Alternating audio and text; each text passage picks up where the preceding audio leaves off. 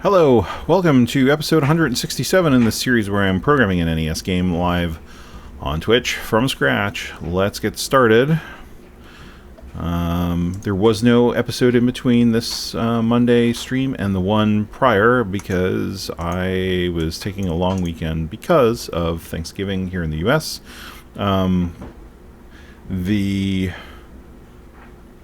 It's not great. it's kind of a mixed bag. I was originally going to have to take some time off from streaming because we were going to have my in-laws come to stay with us, but for a variety of reasons they are not coming, so I will not have an interruption to the series here for that period of time before the holidays.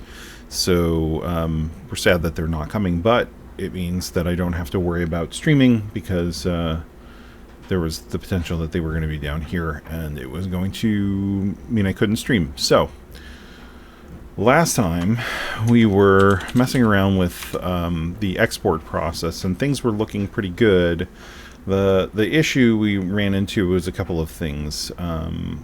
One is that the palettes we're using couldn't accommodate for some of the color choices, that are being used here. So like we have four colors here, we have 3 colors here. We're using blue as the background color right now. In theory, all of this should work fine, right? Like the colors of the NES should be able to support this, but the problem is that we are preloading the palette colors. Because, I don't know, because that just seemed like the right thing to do. But the problem with that is now we have this situation where the colors we have too many colors in a tile like this, and we're using color combinations that don't make a whole lot of sense to what's going on. So one possibility I thought about was we could, instead of preloading the palettes, go through the tile sets that we have along the screens and then try and figure out what the palettes should be, right? Like we can say, okay, this is the first screen, here are the palettes that are used, do we need any additional palettes? Let's say it's just 3 palettes. No, okay, great. So then we're good. Those are the 3 palettes that we're going to start the game with, or start the level with, and then kind of work our way up the level. And as we work our way up, see if there are any additional palettes, and then inject palette swap objects into the object list. I think that would work. The only challenge we might run into is if there was some situation where it was just literally not possible to have the palettes that we wanted to have. Like, there is the possibility, right, that we might have something where we just have too many colors that are not, that we can't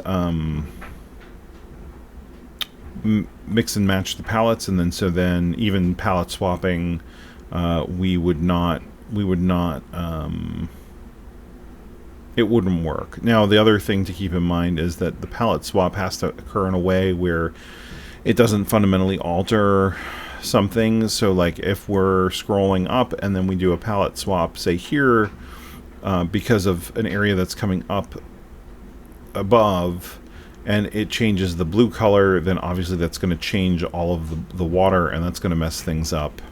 And we don't want to do that.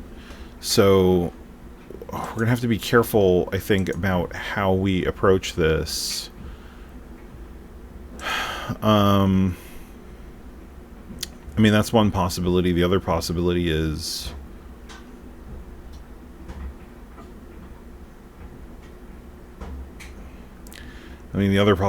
it's just all manual.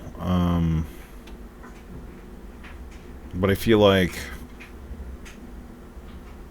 then what we would need to do Because what's going to happen if we make it all manual, then what's going to happen is I'm sure there's going to be a problem where it, it gets messed up at some point, and so then do we need to modify tile to understand the palette and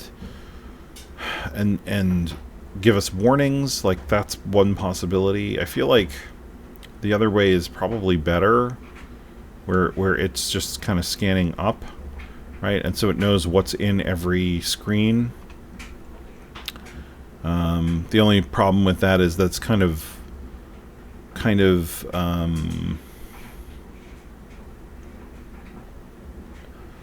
well, let's look at the process, right? So like if we say the screen is this area here, just for the sake of discussion, right? We would scan the whole thing and look at what pallets are needed, and we'd say maybe there's only 2 pallets needed.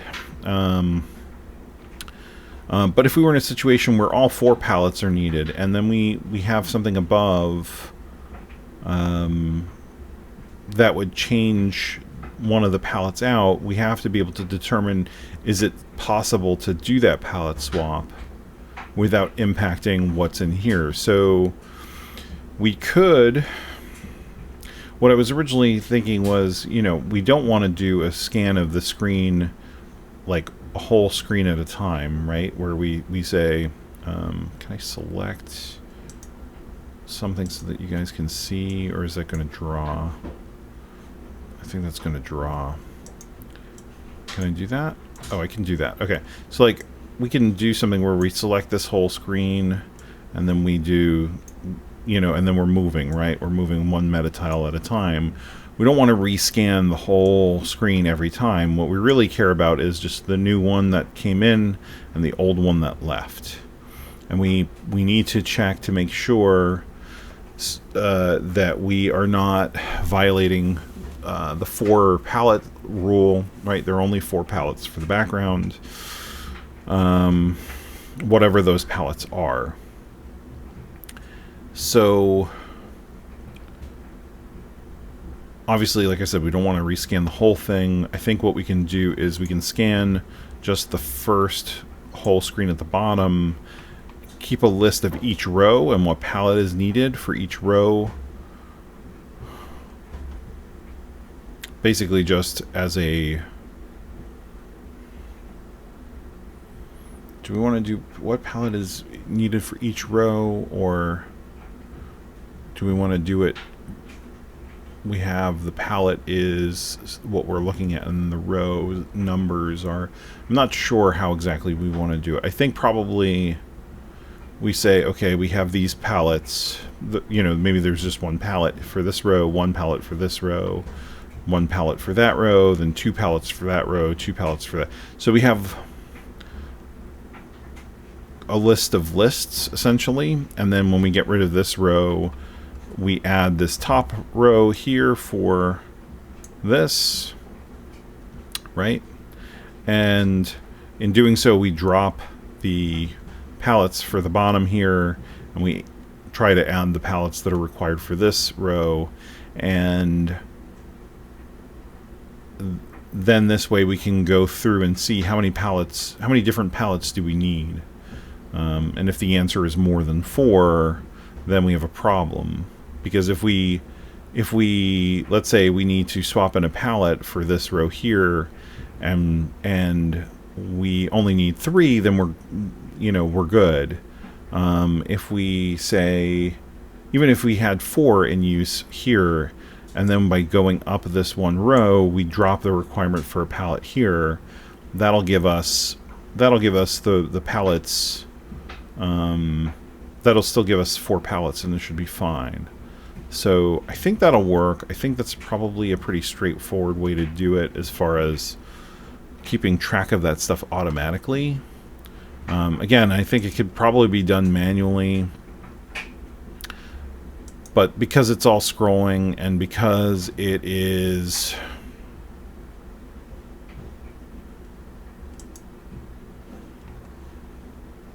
hard to visually see, I would hate to do it all manually and then have it like, I don't know, maybe in the end all of the stuff I'm trying to do automatically is more work than it's worth. But I don't know. I feel like it's not, because being able to do that analysis up the level, especially if it's a long level, just seems like that would work well. And then the fact that it can inject the palette change objects into the list of objects that are needed means that we don't have to change anything about the way that the map is structured. Like, there's no change to the map data itself. It's just adding in an object in between, you know, like these guys, right? We'll have another one that'll change the palette for when we start scrolling.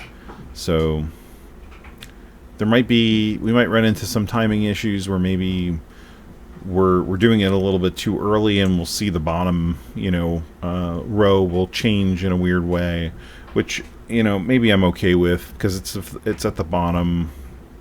If you play Super Mario Bros. 3, you see that problem happen a lot, just because of the complexity of that game. So I don't know. I think that's fine. Let's get started here.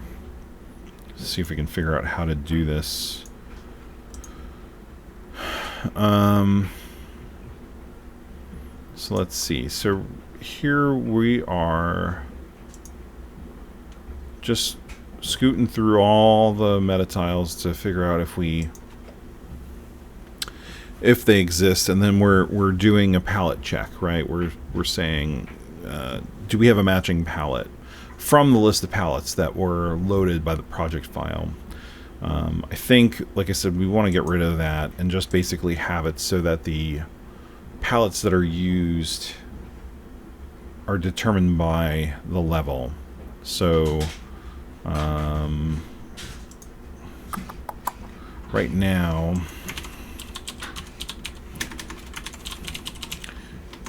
where are we exporting? Palette export, palette table, palettes, palette files. So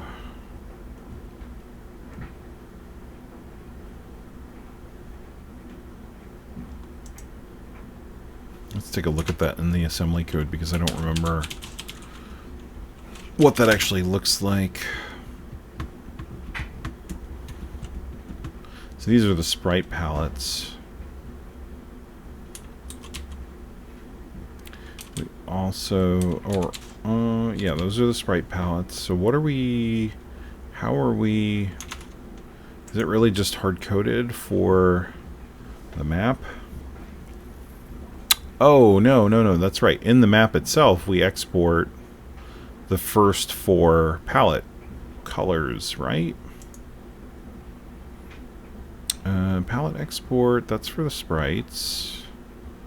Map objects, this is something else. Where is the map? The actual map export.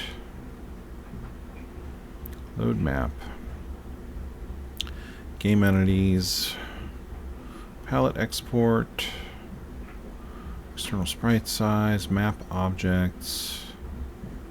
Map background data. Okay, so this doesn't work if we need to store them.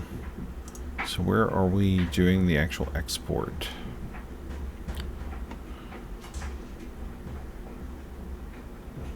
Right, 4 bytes of metatile palettes to be loaded.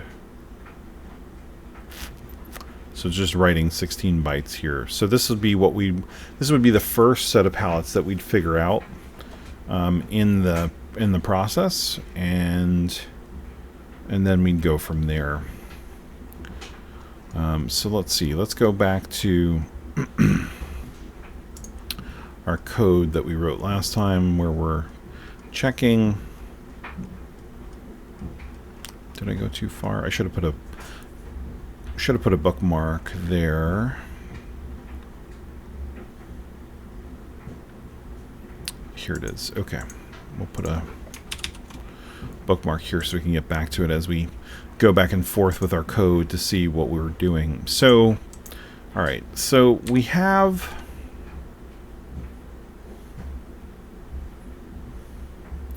this process where we're checking the metatiles exist. I think this is still... I think this is still a valid check. I'm going to comment this out because I think we can skip the pallet check for now. We don't actually even need to load it yet. I think, yeah, what we want to do is we just want to...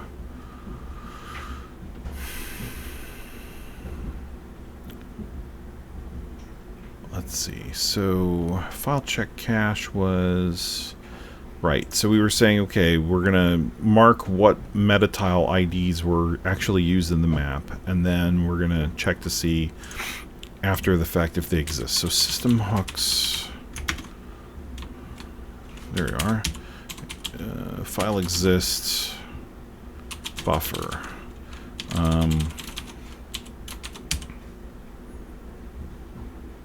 So basically the check is just go through, make sure the file exists, and if it doesn't, we're going to hit an assert and it'll be a problem. I just want to run this in debug, make sure that that's correct, and then we can change that to be a little bit more meaningful and have like an error message. And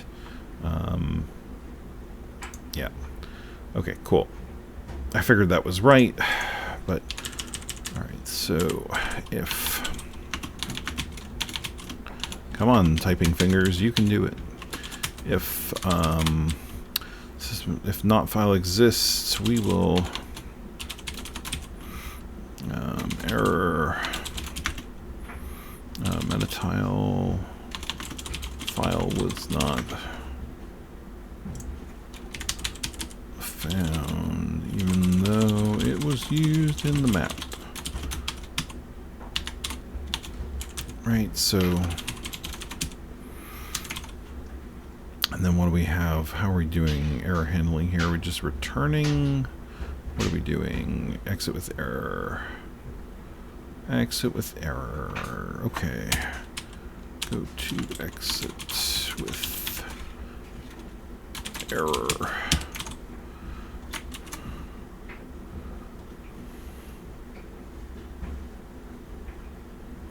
Alright, so we have that now, and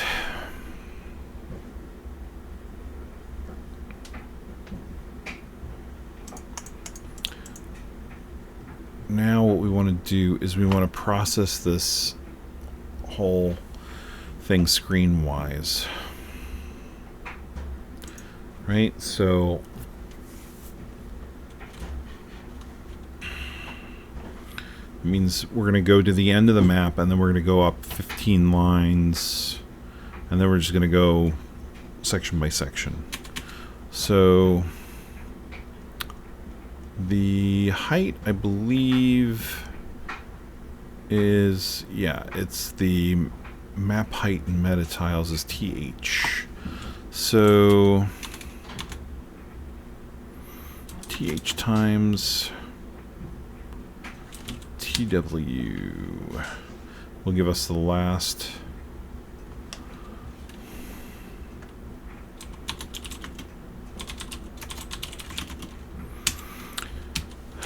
and that gives us the, what is this? TH is not defined. Why not?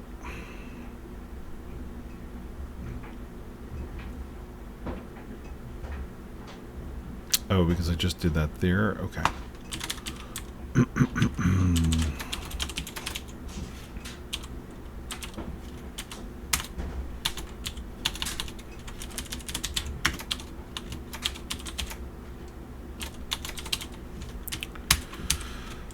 So that gives us our dimensions that we're going to go to the end there, and then what I want to do is I want to scan start. I want to subtract. I mean, we know that the width should be 16 because we're not doing maps that are horizontally wider than the screen so that you can shift back and forth. We're just keeping a fixed vertical scroll. So I should be able to do a minus 16 here. And then we could actually just do this. Oh, wait a minute. No, sorry. We'll just do it here, I guess. Minus 16. And then this should really be... the height in metatiles is going to be the absolute height, which means that we want to subtract 15 from that. Because we want to be at the top left of the screen when we start the level. So, checking my math because, I don't know, I make dumb math mistakes, even though I understand the concepts of even more complicated math than multiplication and subtraction. Let's see, X and Y coordinate. We're thinking 1, 2, 3, 4, 5, 6, 7, 8, 9, 10, 11. Well, actually, what is the top there? It's just 69. So, 59 is 10, and then... Is that right? 5 and 10. So it's actually bigger than I thought because it's a 4x3, I guess. So it should be 53 as the Y. And then because it's 16 wide, 53 times 16. Did I do that right? 848. 864. I mean, it's just one more. So, all right, I think that's right. Let's check this way. If we do, it's 15 by 16. Yeah, okay. And we said, what did we say this was? Scan start. It's 864.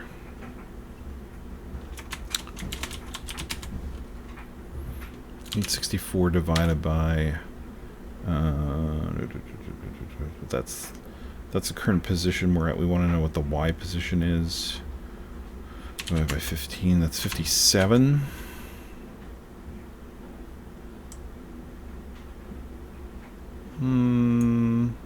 Did I do that right? 69, 50, 2, 3, 4, 5, 1, 2, 4, 5, 1, 2, 3. That's too few. What did I do? Is my division that's wrong here? 57. The height is, what did I say? It's 69 minus 15. That's 54. And then times that by the map width in metatiles, which should be 16. And then minus 16. Yeah, 848. So Y is...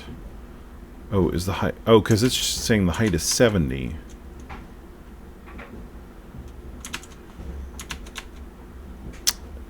Right. Got to get rid of that extra row. Okay. That's why. And then that gives us 1, 2, 3, 4. Oh, it even tells me how many I'm selecting here.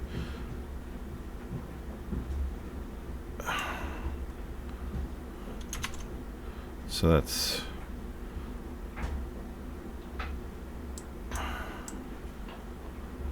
15 by 1, so that's 55.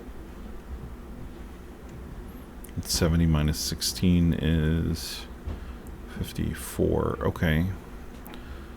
So scan start is 848, which is what I said, and then we're going to divide by 16, and that gives me 53.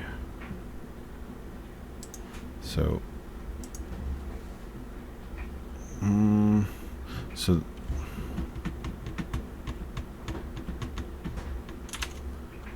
53. That seems too high. That's definitely too high now. That's 17. No, it should just be 55. Why is this if it's 55, that would mean that... Or, wait, is this not 16? No, that is 16.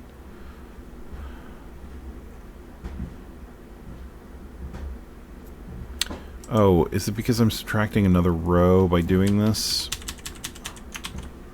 Yeah. I don't actually... I guess I don't actually need to do that.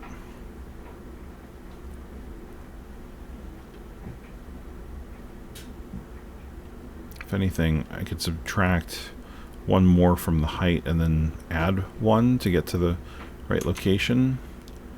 864.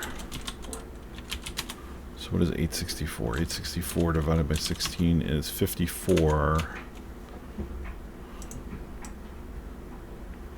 But I want 55.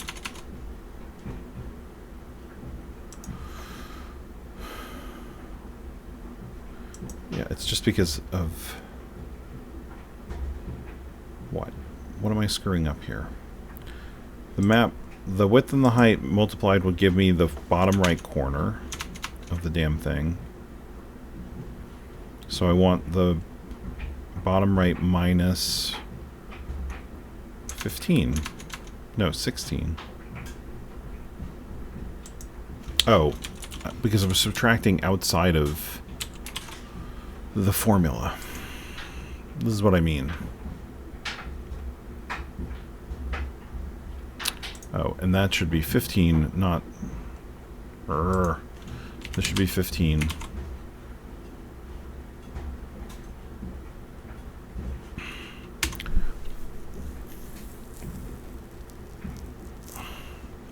Because there are only 30 rows.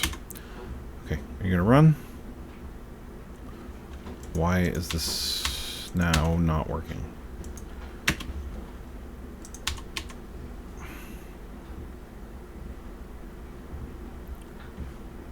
Process exited. Hello?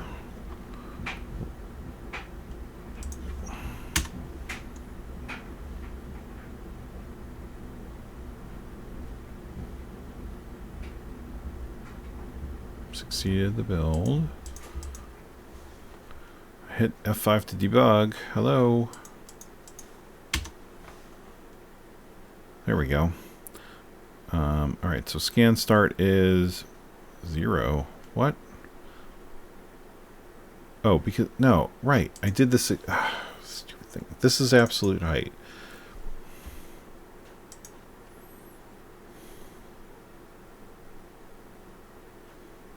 This is always going to be 16.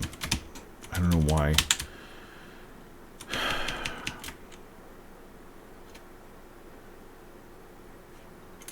Should just be this.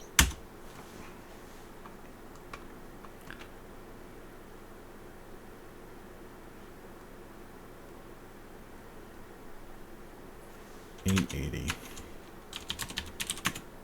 55. Well, after way too much time, we got that. Alright, so now what we got to do is scan it row by row to determine, at least the first time we got to do row by row for the whole thing to determine what pallets are used for the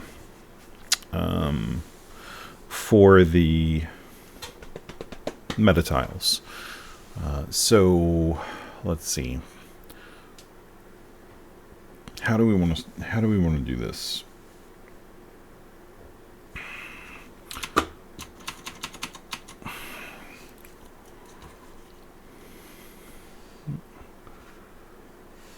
Why is this?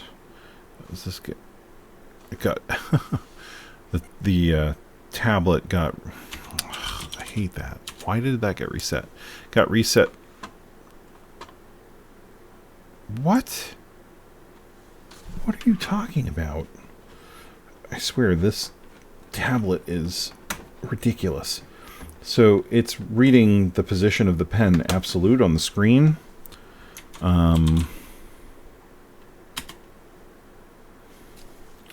It's obviously working, but the driver is not. So something happened. All right, never mind. I'll do my best.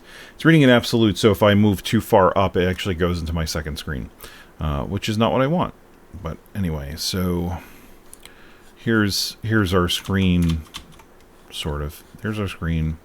So we want to go through each of these, and we want to check what the palette is for each of the metatiles. The metatiles have their palettes already loaded. Basically, all we need to do then is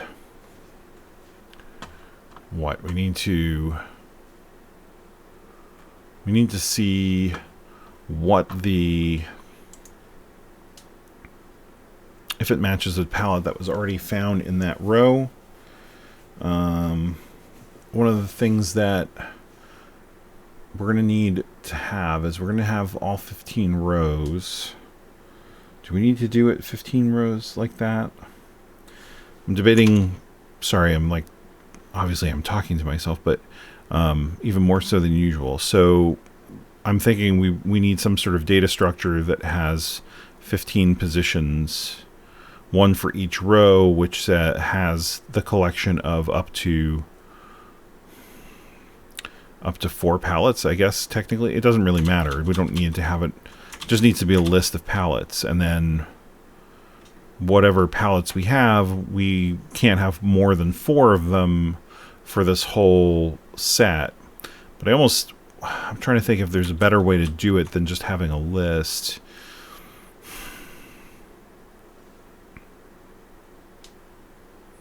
If we could rearrange the palette so that we always get the right ordering, that would help in the comparisons of the palettes, because then we could just compare them.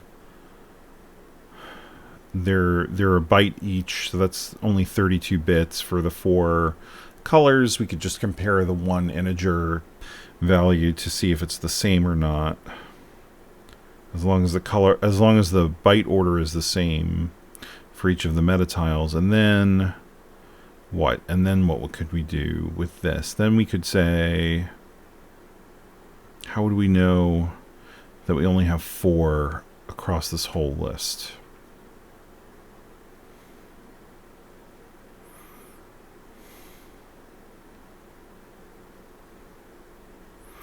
Maybe we don't have to do it that way. Maybe we don't have to do a list like that. Maybe we just have a running total list. Oh, but the reason that I wanted to do it that way was because I wanted to know what palettes were on the first row and the last row, so that we could eliminate them easily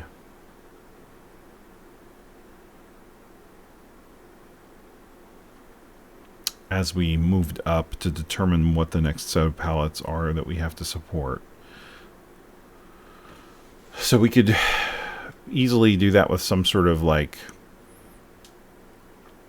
linked list, basically. If we had some sort of, if we used an array type structure, then we got to do a lot of shuffling. No, actually that's not true. We could have an array with just a begin and an end, and as we eliminate rows or change rows, we shift the begin and the end around. So we could do an array. That would work, and that would save us some coding. Yeah, you'd need at least the 1 index. Yep. And then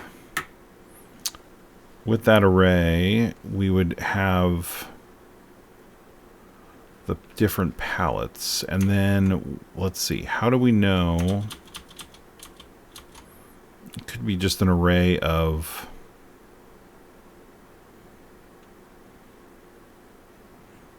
So in the array itself, we need to know what palettes are required for the row.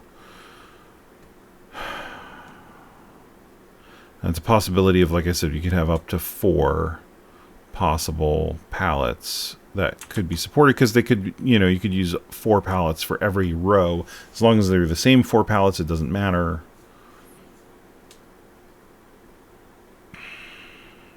So what? So, we have 0, 1, 2, 3.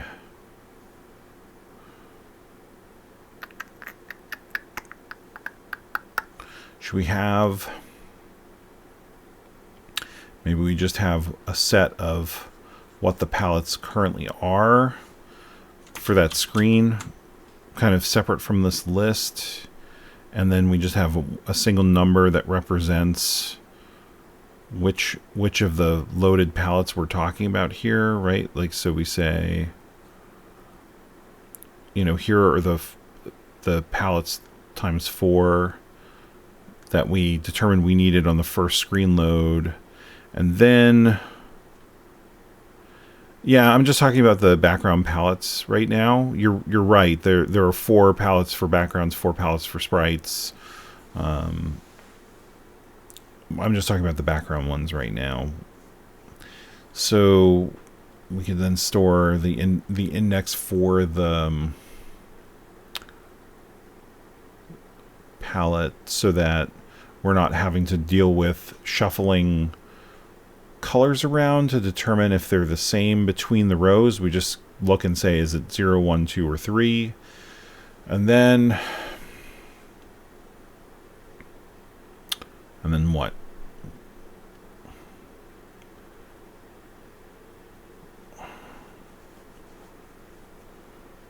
And then if we encounter a 5th palette while doing this, then we know that won't work.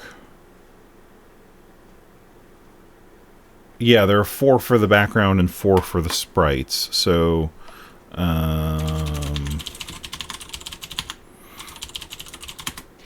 if we load it up here for a second, I'll show you. So these are the background palettes, and these are the sprite palettes. So you have 4 color palettes for each thing.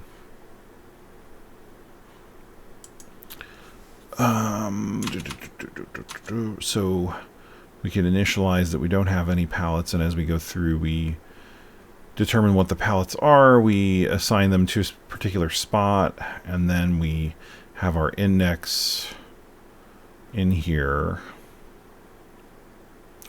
And then let's see.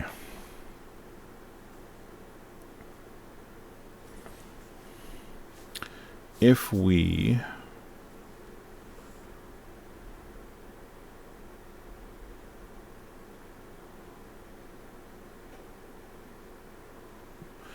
then what we can do is, so we have that. We know if we run into a situation where we need a 5th palette spot, it's not going to work. But let's say we get through here, we have 4 palettes. You know, each row we've determined, you know, like that row needed all 4. This row just needs palette 0. This row needs palette 0 and 1, right? And we go through, everything's good. Well, yeah, that's what I'm trying to make work here, by having the palettes actually make sense for the content rather than trying to preload them like I am right now. So let's say we have this situation where we have the 4 palettes here, the 0, 0, 1, all that stuff, right? So this is our array. Let's say the beginning of the index is here. The beginning index is here just for the sake of visual clarity. And we're going to work our way up the array this way. So this is the screen, so this row no longer matters. Now this row is the one that matters. This is the one above the screen we have, right? So now this index here becomes the index for this, because we only have as many, we only have 15, so we want to lose, we always want to keep losing the row from the bottom that gets left off as we would scroll past it. So then we analyze just that new row. We put in, you know, oh wait, before we do that, we then take the existing rows And what we could do is, because it's just the 4 values, we could actually just store that as bits that are turned on, and we can OR that all together. And like if we get a bit pattern that's like 1 1 1 1, then we know all the pallets are needed for what's remaining before we analyze this new row. And then if it introduces another pallet, we are in trouble. If, though, we get something like 1110, then we could say, okay, so then one of the pallets that's here could be eliminated because we don't actually need it for anything that's in here. So then if this new row introduces a different pallet, then we can add it in here, because this will be scrolling off, and so we don't need whatever the pallet was here, and then load in the new pallet when we hit this transition. Yeah. Maybe you can have a transition area that is at least a screen tall. Well, we're probably going to have some kind of area like that in situations where we're transitioning between really drastically different looking areas, to do exactly what you're saying, right? So that, like you said, like it could be a whole screen of blue water, and then maybe a whole screen of green grass, and then we bring in like the city colors or something like that. We have to see how that works for us. So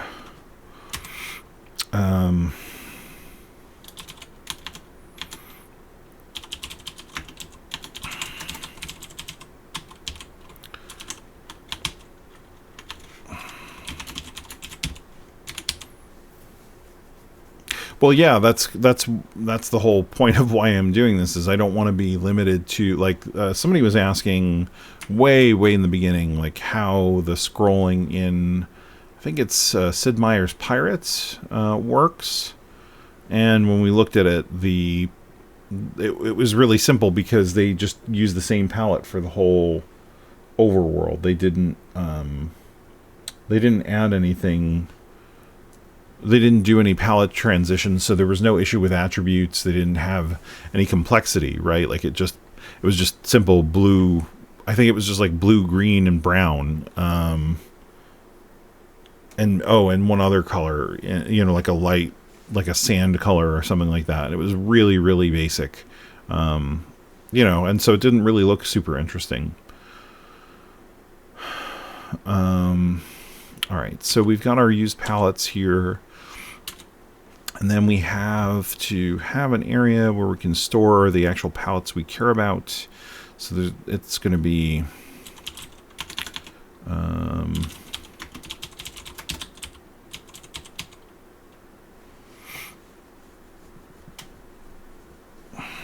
16, right? Well, max pallet, I guess we have.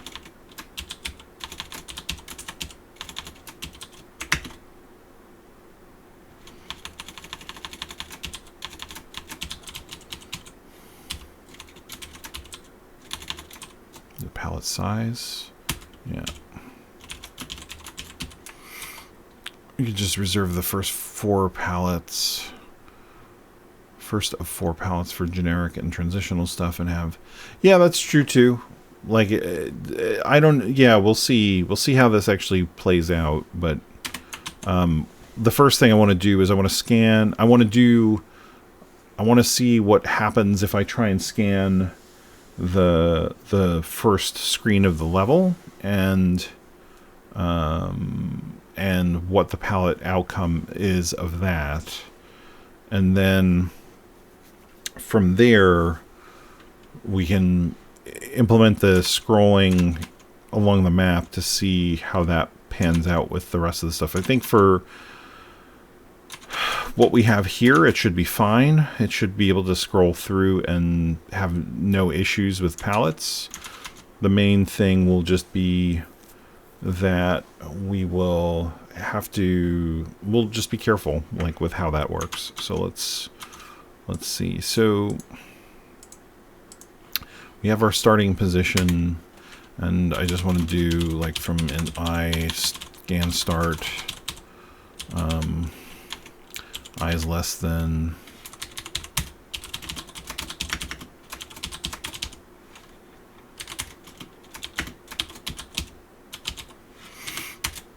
that's our maximum.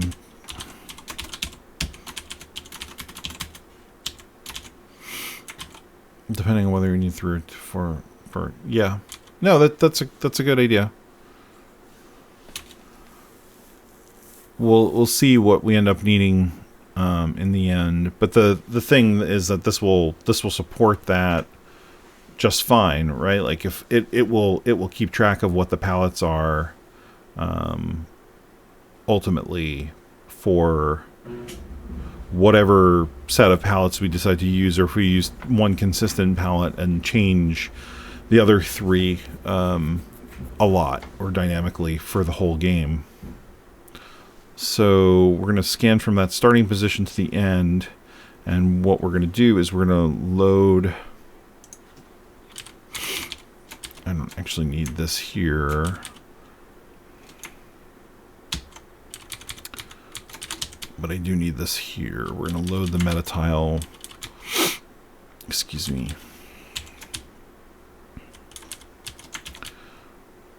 What's nice is we can load this and then see if there's a matching pallet. We also need to keep track of how many of the pallets we've used. So right now, there is no palette used, so that's what that's going to keep track of. And so we're going to say same sort of thing, but in reverse here, right? We're saying matching palette is equal to find matching palette of M for current palette, right? And then we're going to say, okay, if matching palette is equal to -1,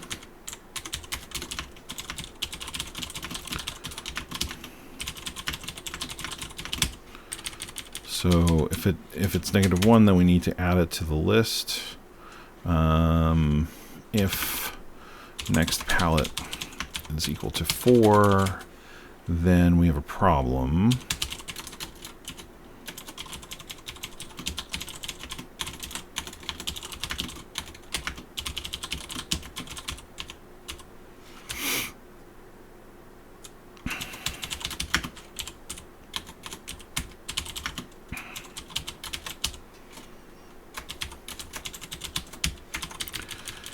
So, excuse me.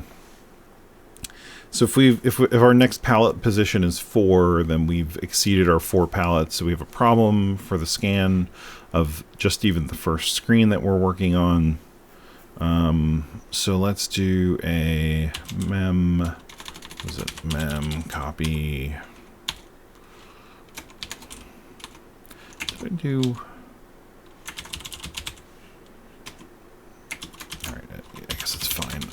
We're going to do mem copy of to current palette, next palette. And we're going to use the palette of the metatile, and the size is 4. And then we're going to say next palette is 4. All right, so we found our match there. Do I want to work on anything else in this part right now? I think I just want to see.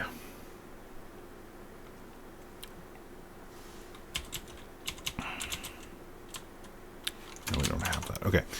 I think I just want to see how this plays out, because I want to see if if we end up with a problem. Like, visually looking at this, there shouldn't be any issue with the map. Like, it should totally be able to work. Why does it say that I changed something? I don't know. It should totally be able to work, right? but let's see if the code agrees.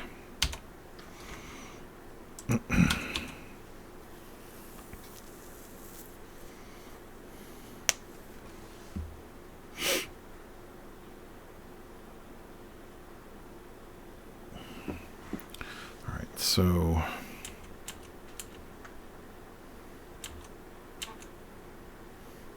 loaded the metatile. This is the first time through, so the current palette is going to be totally empty. Yep, we've got our zeros. Excuse me. So matching palette 0.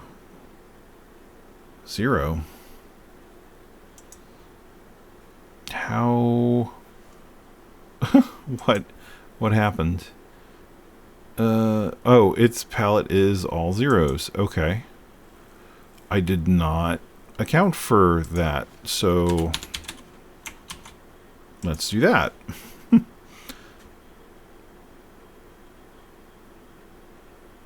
I was not expecting, I guess if it's just a background tile that's all solid, it would be all zeros, but we need to record whatever its palette is properly.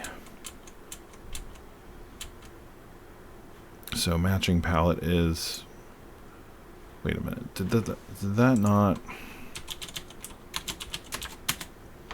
oh, it only did it in the, I thought,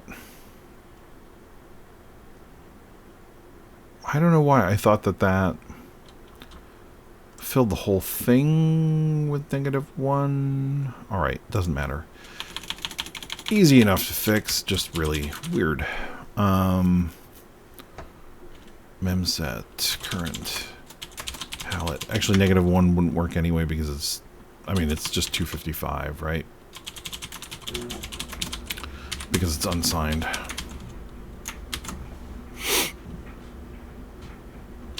But there is no color 255.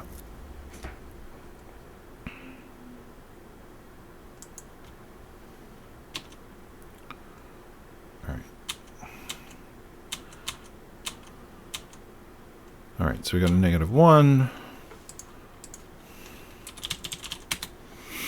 And we updated it to be all zeros.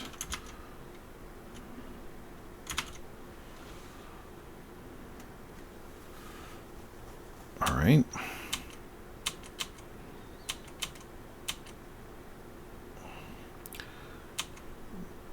So that time we actually found a matching palette. So let's go next time through. Oh. What? Really? I did not expect that. What just happened?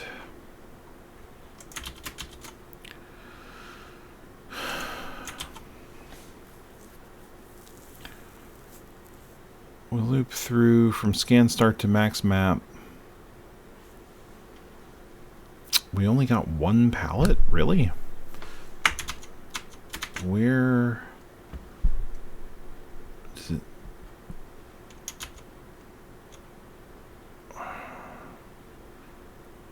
Oh, no, wait. What? Sorry. I was talking through this, and so I did something boneheaded, of course. Where...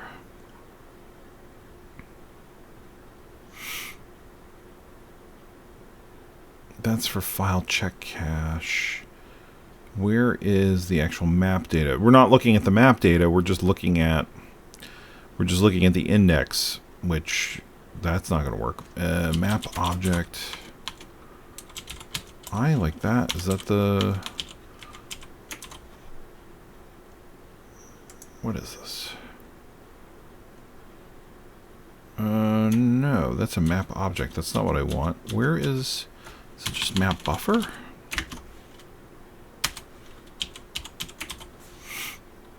Yeah, we actually want the metatile that's actually at the map at that point. That's usually helpful.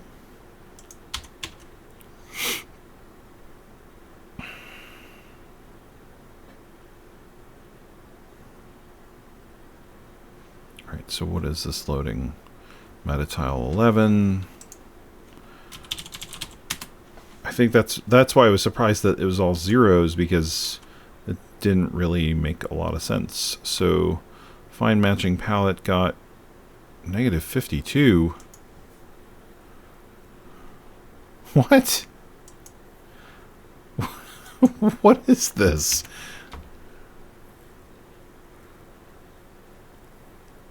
And current palette is less than 4.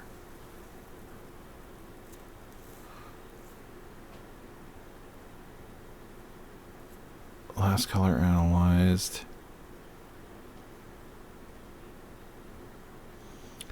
Right, that's, you're looping through the image and finding the colors, and then you're going through the palette looking for setting up the palette set.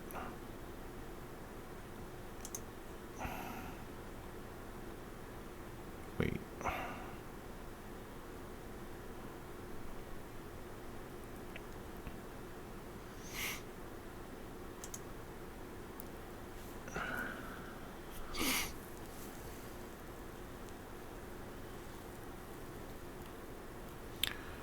So it's just checking to see if it exists in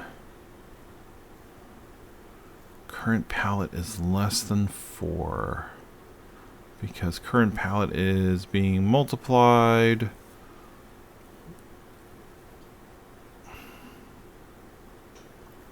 Why did it change that at all? That is load metatile. What is this? Is that the metatile? That could be the metatile, actually. But negative 50. Oh, did it not execute? Okay, it didn't execute. Sorry, it didn't execute the code, and I didn't initialize. Yeah, matching palette wasn't initialized. That's why it said negative 52. Never mind. Yeah, it didn't find it, so it's going to copy it.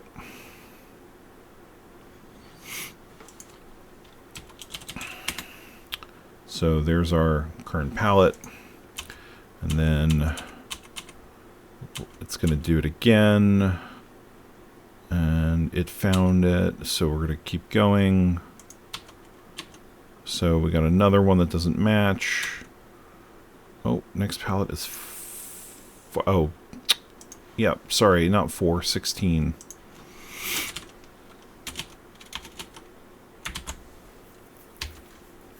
This is why I like to step through code that I'm newly implementing, because especially when I'm talking and explaining as I'm doing it, like conceptually I know what I'm thinking, but like it doesn't translate into my hands on the page, because I'm doing this way. All right, so we copied it. That's good. Next time through, we get another palette. It's that. Okay. Next time we get another palette, it's that. And I should put a breakpoint here just in case we never hit that again. Oh, okay, that's our 4th palette. Uh-oh. Now we've got too many palettes. So where... Huh. So we are hitting too many palettes. How is that possible? We've got this palette... We've got that palette, which should be this palette, and this palette, and this palette, and that palette, and then... You know what? I think it's because we're not doing a good enough match. We're doing an exact match. Like, we're going through and checking to see if every color matches, and in some cases the palette of the metatile, the palette is using only a few. It's like using only 2 or 3. If we, I'll show you what I mean in a second here.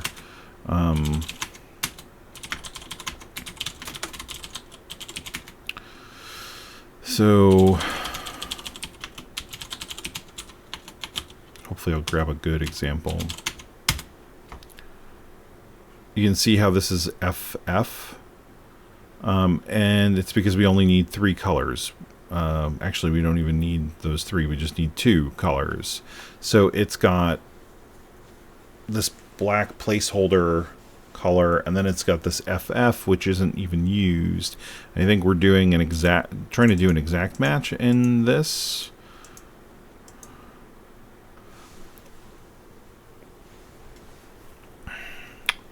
So we're saying last color analyzed equals empty palette image I. So get the image index and then grab the color from the palette. What we probably need to do, there are a couple things we need to do, right? So it's like if this is but that wouldn't matter, right? Because like if we're not using that index, then it would never check that color. So here it loops through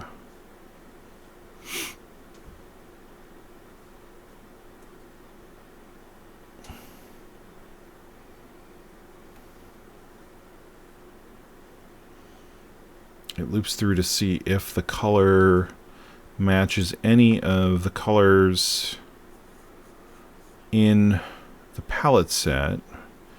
And then if it does, then we get a match. Otherwise, we go to the next palette. And we keep doing that until we say, yep, there was no match. So let me go back and look here.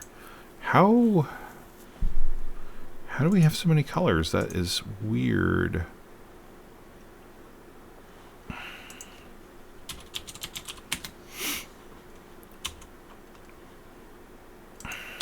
I'm going to set the breakpoint here. So we have this palette which has only 2 colors in it. That's a whole other problem. We probably need to address that as well. But like, okay, so now we get, yeah, see, look, so we have E, 12, and 22. We have E and 12, but then we have the FF there. We should probably make it smart enough to just say,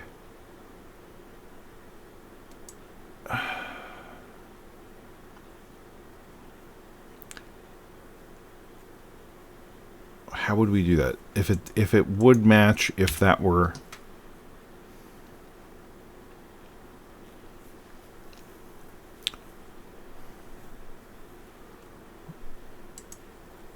so basically if there's an FF color in there, then consider it a match and then update the palette. But we don't want to permanently update that until we know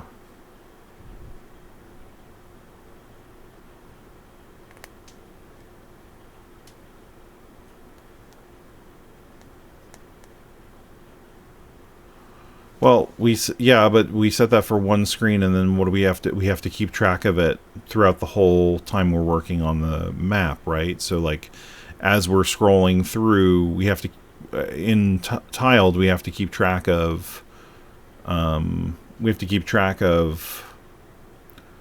like, what palettes are used at what sections of the screen, or we're gonna have a problem where we can't display it. I mean, easier is relative. Like, it's easier for me not to have to code that, but I think it's also harder to visually or to mentally keep track of that if you're going to try and be doing a lot of different palette changes. If you're going to keep one palette or just a small number of palettes and very rarely change them, yeah, I think you could do that. So let's see. So we are saying if we found a color match in this palette, then we're good. So the only time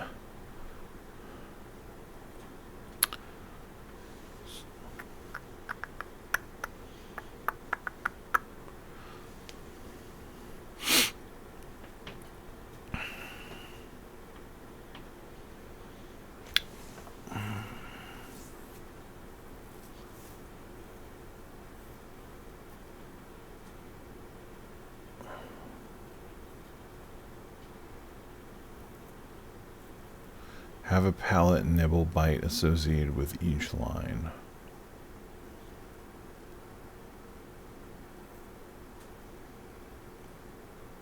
Right, but that still doesn't. Yes, from an implementation perspective, you could do that, but again, it doesn't change the fact that you have to be very aware of how you're laying out the map and how the pallets combine across the scrolling screen, and what impact that would have. So I want the tool to be able to say, hey, it's not actually possible to do what you're trying to do here, versus it's up to me to visually know that, or it's going to create a problem when we're scrolling through the level and we see, oh, half the screen just got changed to a different color because we goofed and palette swapped in a spot we shouldn't have.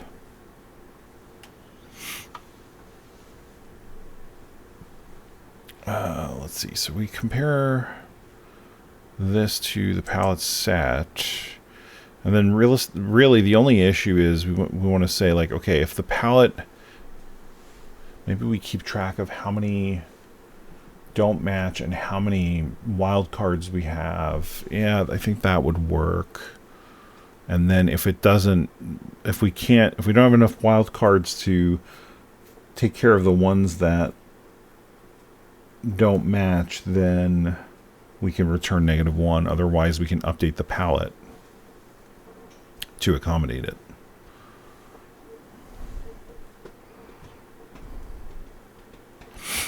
Right? I think that would work.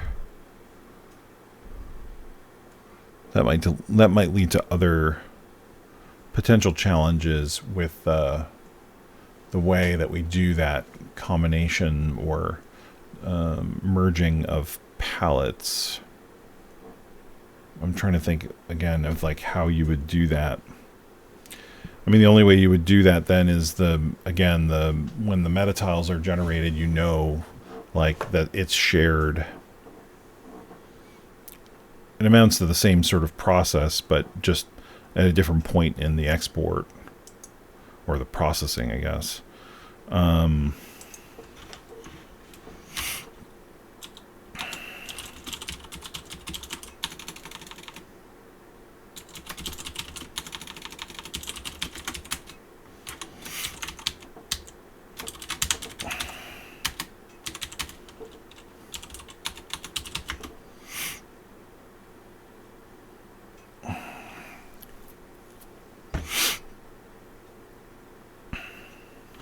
So what we want to do is we want to say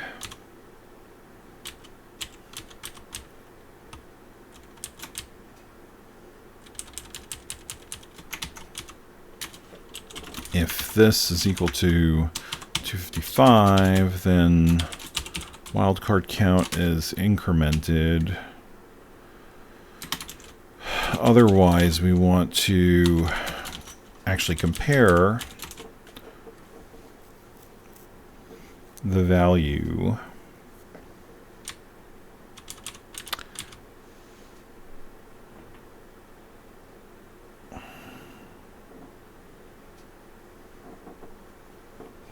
and then that is going to be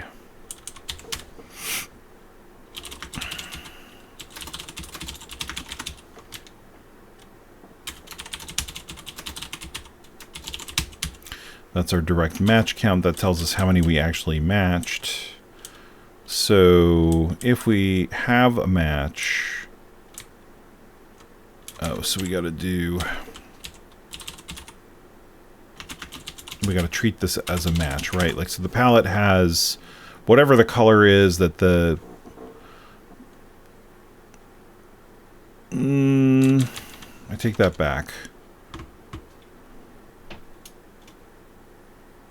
Because we want to check to make sure that it actually matches. If it doesn't,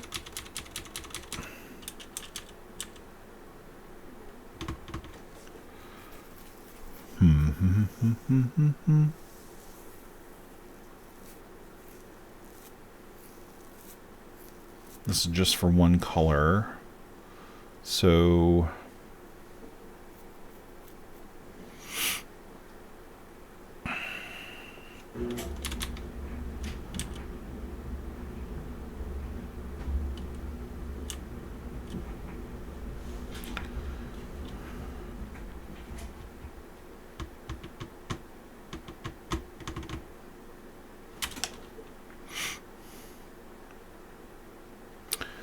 So if it's a direct match, we do that. Otherwise, if this is 255, then we know we have one of these, and we want to, what do we want to do? Do we want to treat that as a match?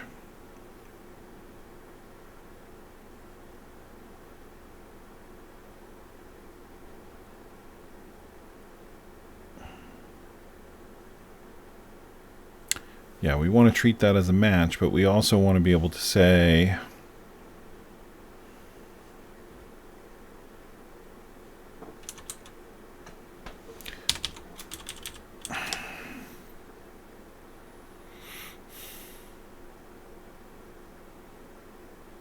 no, that's it. Like, we go through, if it doesn't match or there are no spots open,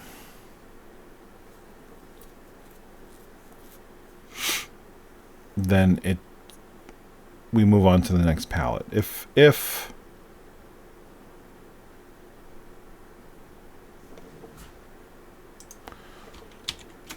don't even care about the count, right? We just want to say has wildcard false. The wildcard position is there, right? So we're going to say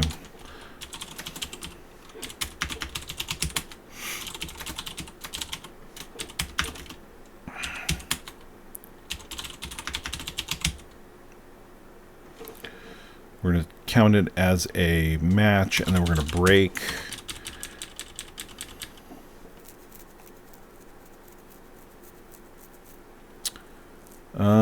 The only thing is, okay, that's what I was thinking about. The only thing is that it's possible, I don't see how we could have that. I was going to say it's possible that the wild card is in the middle and then the color we're looking for is at the end, but there's nothing in the code that is generating those gaps like that.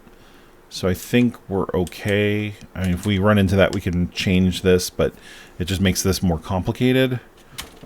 So we'll say if has wildcard, then what we need to do is we need to go to pallet set current pallet times 2 plus wildcard position equals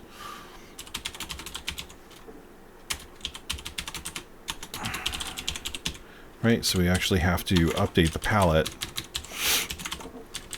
to use that wildcard position that wasn't set, so that now we have a match there. Now, the only problem, oh, right, that was why. Yeah, again, explaining this, I'm like losing the train of thought. So the issue is if we have the need for too many wildcard spots, but we don't have them. So like if we have only a couple wildcard spots, but we actually need multiple, then that's a problem.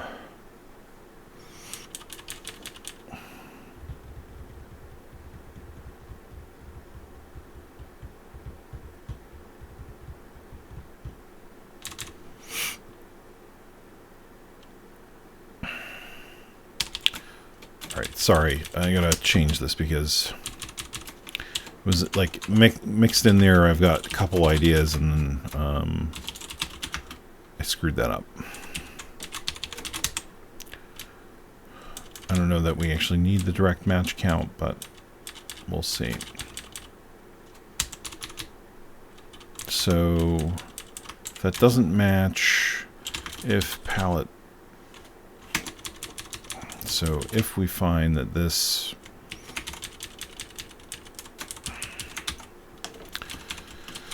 is 255, then we can increment our wildcard count, right? So if we don't have a match, if wildcard count is greater than 0,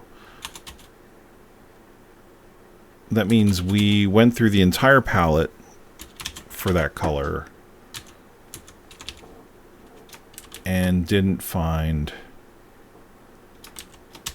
a match. But the problem with what we're doing here is we're saying, okay, if that one color doesn't match, then move on to the next one. And what I really want to do is know if we analyze the whole image against the palette, could it fit if there were spaces to fit?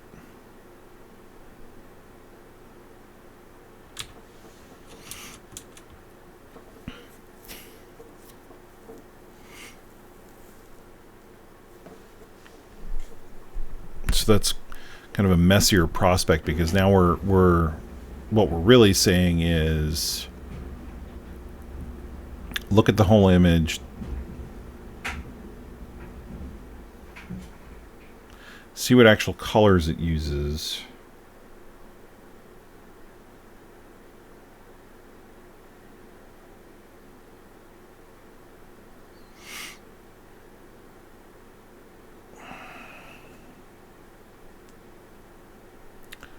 and then determine if we would have a way to use the existing palette if there were spaces free in the palette. So I'm changing the code. That's right now. This code was just checking to see if there was a palette that existed that would work for the metatile. What I'm trying to do is basically have it work so that if we find them, if we are looking at a palette that only uses a couple of the colors, like there are some palettes that get created for the metatiles that only use 2 of the 4 colors, that what I want to do is then have it update the palette to ensure to add the additional color we would need to make it work with another metatile that maybe has 3 colors defined. Because what's happening right now is it's being too exact, and so if you have just 2 colors and then the other one has 3 colors, it's treating that as a whole different palette. So if we go through and analyze, like, okay, here are the colors we're actually using, and then here are the colors that are in the palette we're looking at. Maybe it's easier.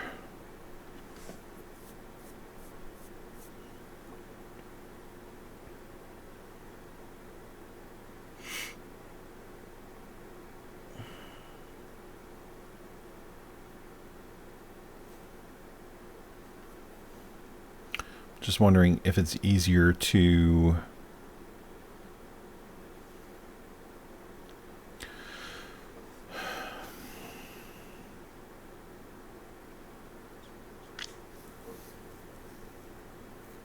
what is it easier to do?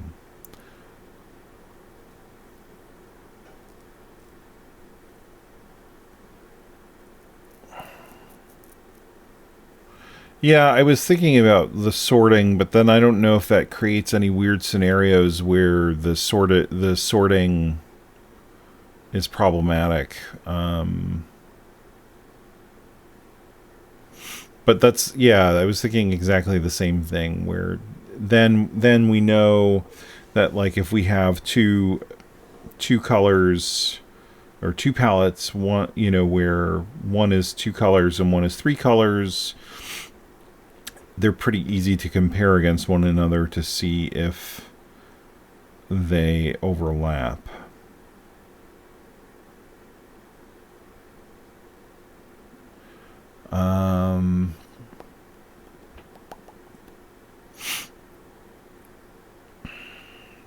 But it ultimately all still comes down to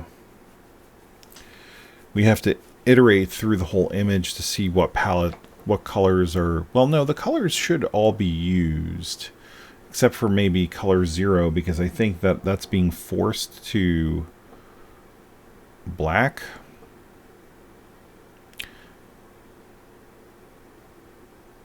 I think that's being forced because the issue was, or the idea was, that I didn't want to rely on the background color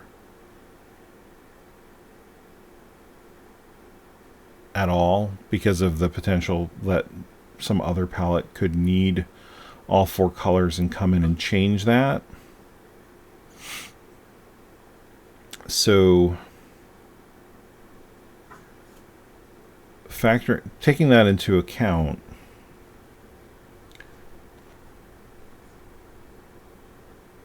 I guess we could just use the existing palette from the metatile, because it already knows what color. We're not putting extra fake unnecessary colors in the metatile palette, so we really just need to compare the 2 palettes to one another and see if they have the same colors, and if they don't, then see how many colors we need to add compared to how many are available. And if it doesn't work, then we move on to the next palette, and then we just keep doing that. So we're going to rewrite this.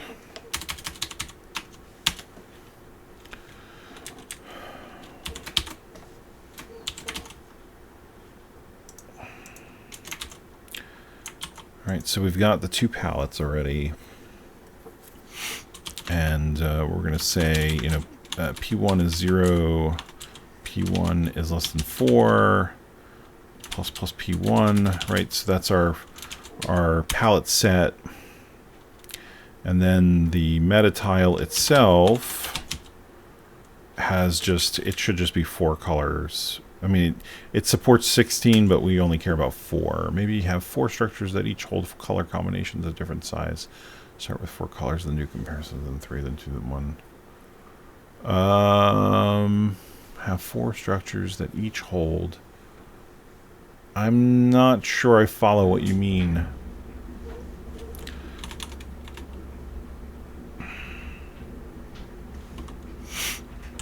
So what we want to do is we want to compare.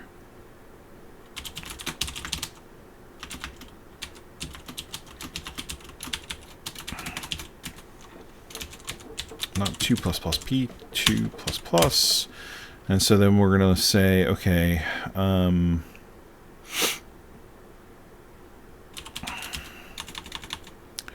if, let's see, palette set P2, oops, P2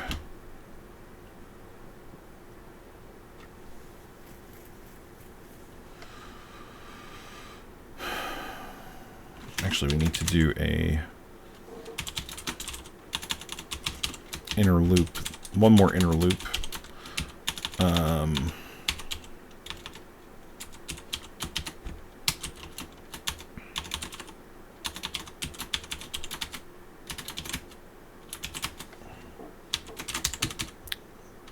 Although I suppose technically we don't have to do it that wouldn't have to do it that way, but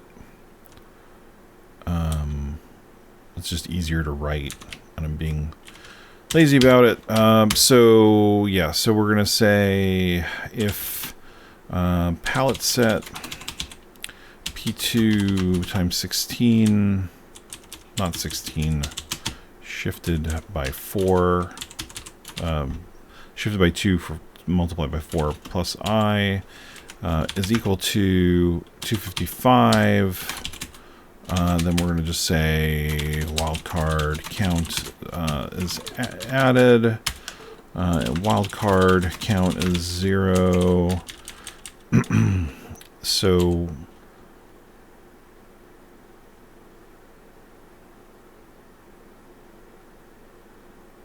that's that. And then we're going to say, okay, if metatile palette P1 is equal to palette.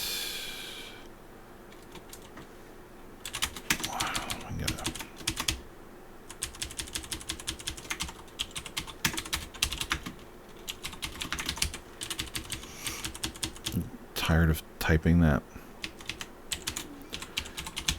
Palette set index.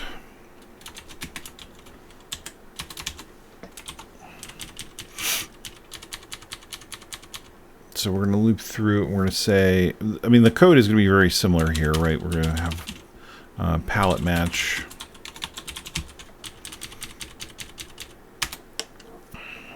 The main thing is we're not iterating over the entire tile set to determine the colors. We're just saying, you know, look at the palette for the metatile, compare it against the palette in the palette set, and we're going to iterate over the 4 colors, and then we're going to say if it's 255, it's a wild card. Otherwise, if it's equal to, then we know that that's good.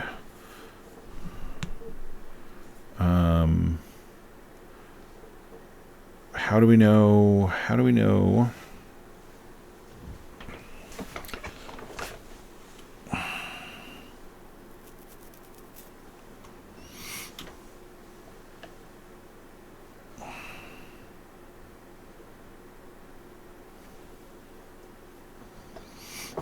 Actually, I reversed the counters for the loops, maybe?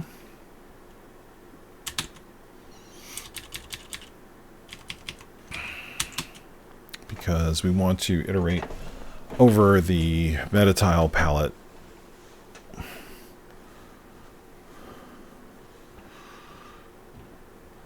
So we have the wildcard count. We also then have a match count, right? We say, okay, we found a match, so that's good. We can break out of checking.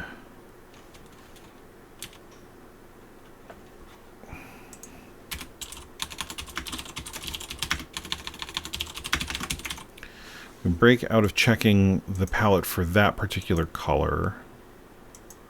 And then we're going to go... So these actually have to be... Oh, get out of here, Cortana.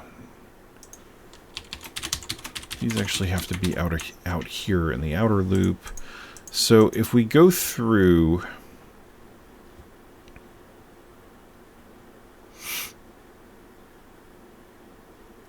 We also need to...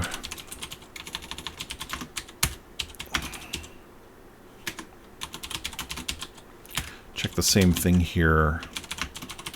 Like if this isn't used, then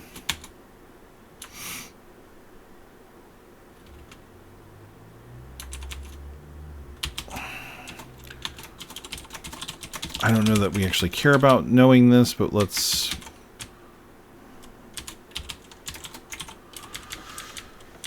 We do. We actually do care about that, right? What we want to know is we want to know if the empty wildcard count plus the match count is equal to 4,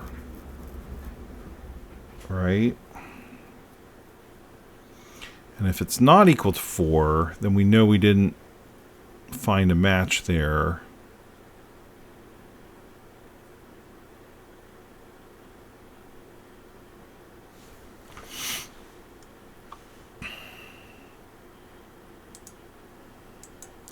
Like in my head, this seems a lot simpler, but than what this code is shaping up to be.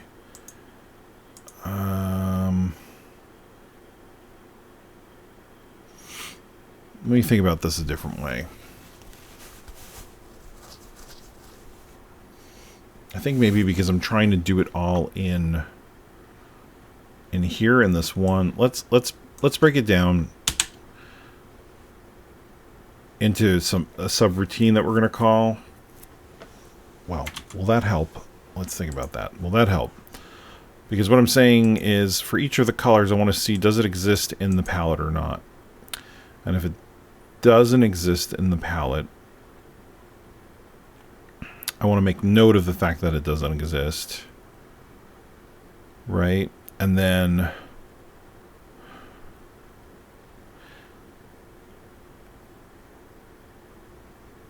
And then if it doesn't exist, we want to know which ones don't exist and if there are enough spaces to accommodate them. Right? We don't care if they're only two that match, and that was all that there were, because that's fine.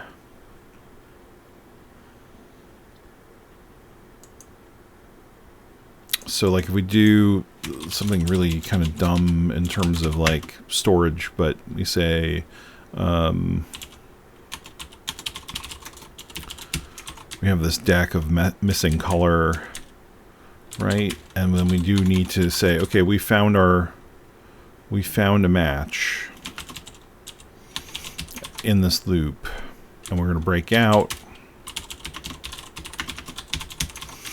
So we break out of this loop and we say, if not p-match,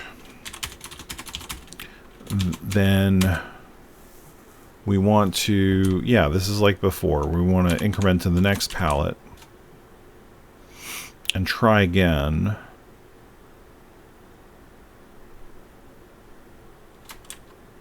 So this is a little, okay. This is helping me think this through. Like if we, so because the other loop is actually not as bad as I thought it was, but like if we don't get a match, we want to store that color. Do we care if we can store that color, or do we have to store that color?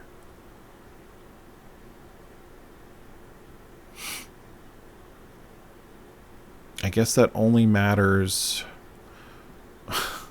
So then, oh God. So then it's like, okay, well, there are other palettes that we should be checking. And if there are other palettes that we should be checking, then we want to see, okay, which of the palettes have the closest match? Like which of the palettes have the most colors in common? Like one palette could be sharing one color, but another palette could be sharing two colors. So that's the palette that we want to use, assuming it has enough spaces to accommodate. So we want to find the palette with the most similar colors, but also space to accommodate any color that isn't already there. And then if that doesn't work, I guess we could fall back on a palette that... Then we fall back on the next palette until there are no more palettes left. So this is actually way more complicated than I was thinking. I will... Huh.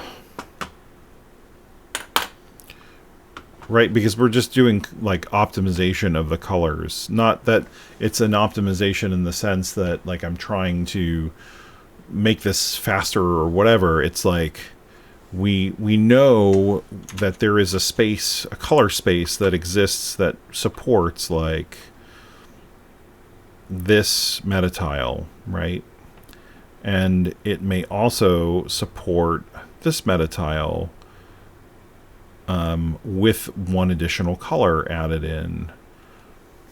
There might be, but then there's also this palette which has the green and the brown, which only has those two colors. So then which one do we choose? We choose the one that has the most similar colors, but not with the spaces available, right? So we're aggregating the colors into palettes.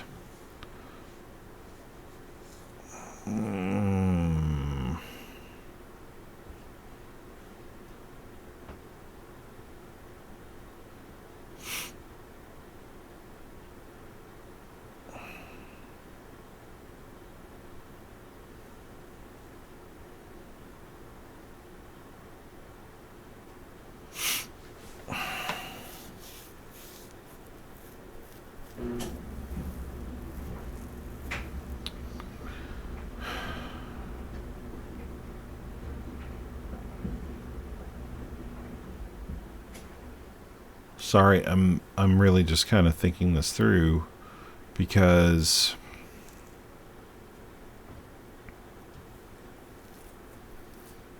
scan tiles put into 4 buckets based on number of colors.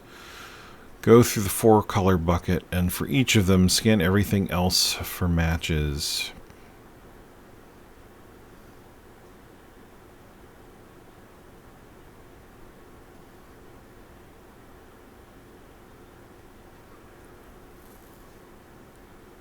Okay, I see what you're saying, and then determine. So look at the 3-color bucket and see if it will work with any of the 4-color palettes. The problem is that the way the metatiles are being generated, they're being generated sparsely to some extent, right? They're, like I mentioned, there's only the fixed background color and then any actual colors that are needed for the tiles. So that means that in the end, you might only have 2 colors that are actually set in the palette of the metatile, which means that then you have to do some sort of aggregation on the palettes in order to get to a 4-color bucket, unless you have something that specifically is using 4 colors. Like this metatile is definitely, we talked about last time, definitely using 4 colors. But that's not guaranteed. Yeah, right. Like then you have to do it with the 3 colors or whatever the maximum one you have, and then this is actually a lot more complicated. So then, like, am I just crazy for trying to do this? Like, is this the thing is, I really do want to use tiled to handle all of this, but like,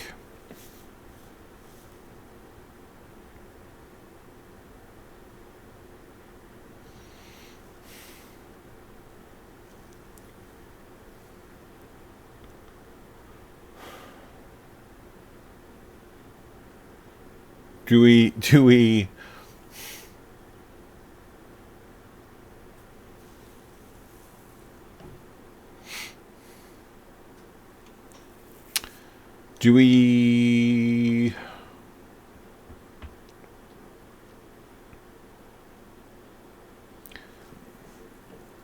let's think about this.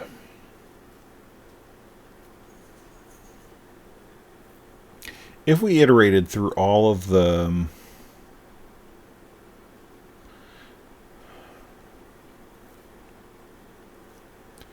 if there are no 4 colors, you'd have to scan every 3 color for matches and then see which of the 3 colors reduces the number of 2 and 1. Yeah, that's kind of what that's kind of what it's looking like. But what if we took a slightly different approach? What if we went through every metatile in this current screen that we're looking at and just look at the colors that are used of the 64 colors? And then if we did that, we could determine, all right, then we could determine, okay, yes, it fits or not, right? Because we could say definitively we're only using 16 colors, or we're using 17, or we're using 13, or we're using 12, right? So that's our validation that says this is actually going to work because we have enough palette space to accommodate the tiles that are there, right? So that's easy, really easy to do because you're just iterating through your metatiles and literally looking at what's in the palettes. Now, how does that solve the problem? How does that solve the problem? Or how do we solve the problem of then taking those colors and putting them into palettes that are meaningful, that actually work? Because we can't just put them together, because in addition to the number of colors used, the combination of colors will affect the palette setup. So it's like, yeah, we would know that the map is good, but then we wouldn't know what our palettes are to make the map work, like what the final palettes are.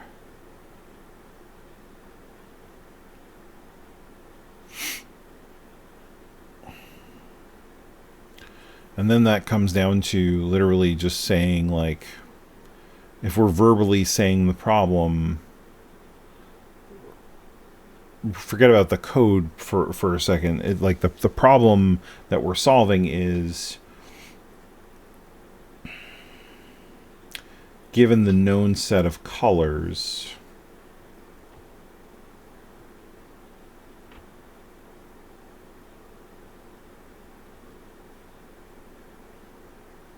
how do we divide them into 4 sets of 4 such that we have palettes that can be used by every tile?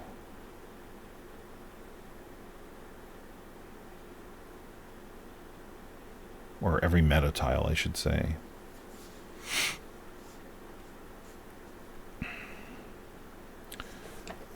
What does that actually mean? Like from a code perspective, though.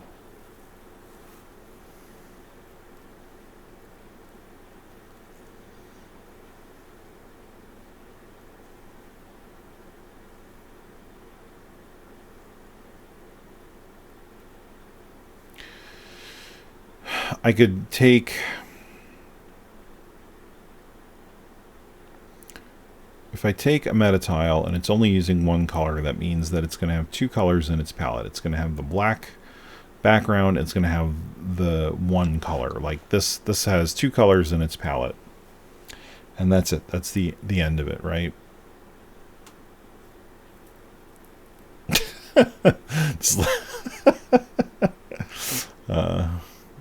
Yeah. It reminds me of a talk that Casey Muratori just did recently about this grass distribution process they were using for the tool in the witness for the artist, and basically that's what it did, and so it just randomly would end up with weird gaps, and the distribution would be wrong, and the runtime was terrible because of how slow it was to randomly just select locations. Maybe the thing is it's going to really vary wildly based on the data. Like it could in some cases work quickly, and then in other cases, because of it being random, it's going to take a lot longer because it's going to be like bouncing back and forth between palettes to try and make it fit. I'm just like, we got to frame this problem in words to, I think, be able to solve it in code, right? So like the issue becomes, if we look at the palette of a tile like this, we can say, okay, that's a valid palette, and we're going to save it. But then when we come to this palette, we're going to say, okay, well, you know, that's a valid palette too, but it also overlaps with this palette here. So what we want to do is we want to add the additional color to the palette that we've already established for this empty tile to work for this metatile here. The same applies to this metatile here as well.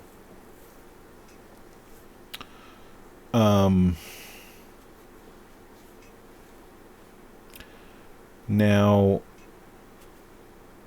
that's easier said than done because you have the palette, you have the gaps in it for the colors, but you also have to check to see, let's see, how would that work? If you only have the one palette that it can match to, that's fine. But if you have something like this where you have 2 colors that match this, and then, well, it would add that color. What about this versus that?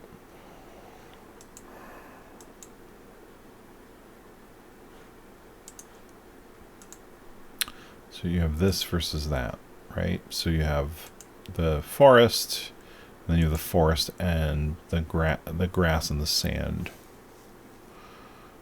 And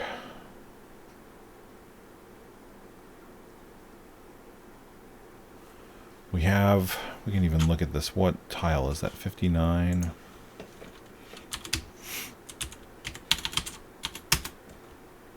Nope, that's 58.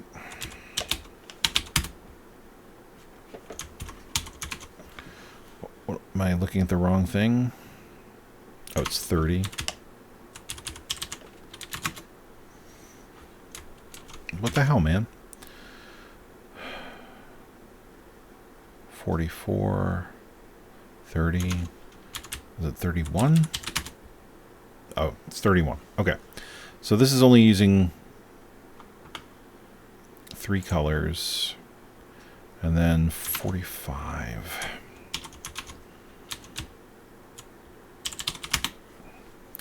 That's actually using all 4.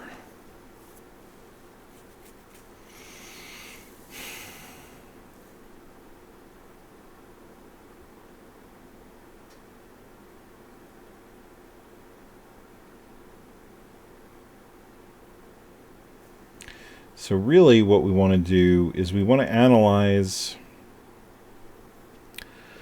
we want to take the palette and compare it against all of the palettes we have currently and find the palette that has the most matches. Yeah, and then based on which one has the most matches, see if we can add, yeah, it's like I said before, which the one that has the most matches, then we try and see if we can add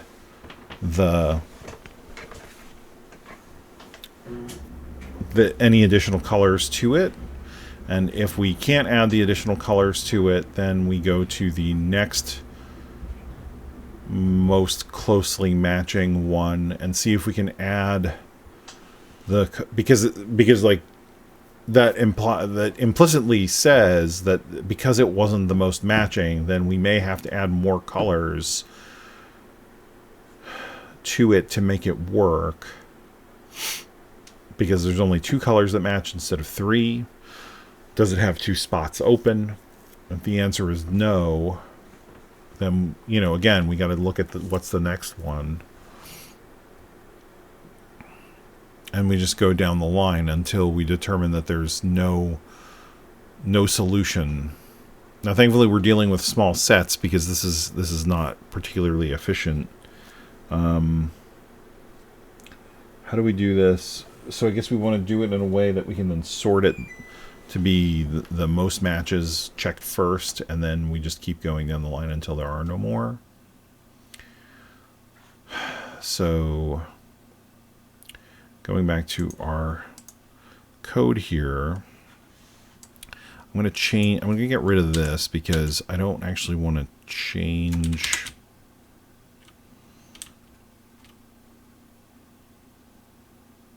I don't want to change this because there was some other stuff I remember now that is using this. We'll add a new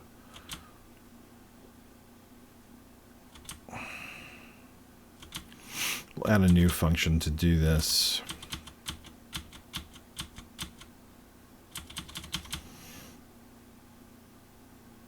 We'll just walk back these changes here.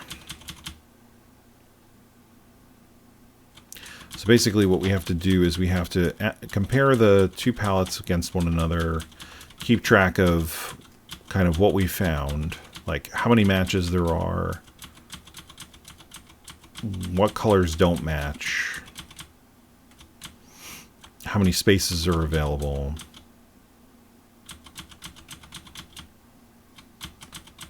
We don't have to compute how many spaces are available every time, thankfully. So,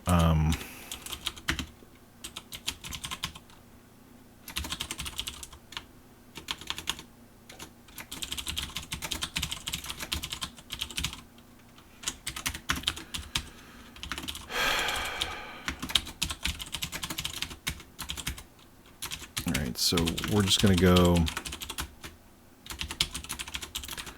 let's compute. I'm going to create a structure for us to use to do this because we're going to sort also. How did I do that Q sort? That was on what? These, that's an array, map object, object size. It's a shared pointer, compare map objects. It's just an array, right?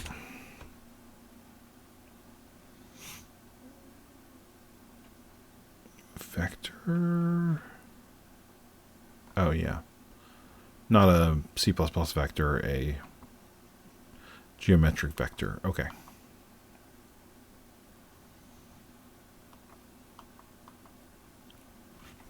So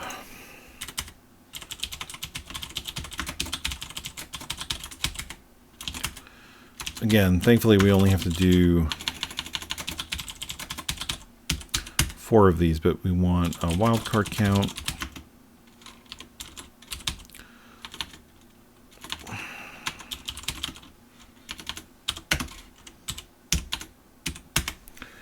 And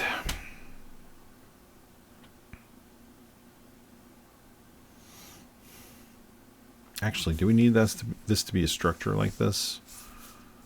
No, I don't think we do now that I'm thinking about it.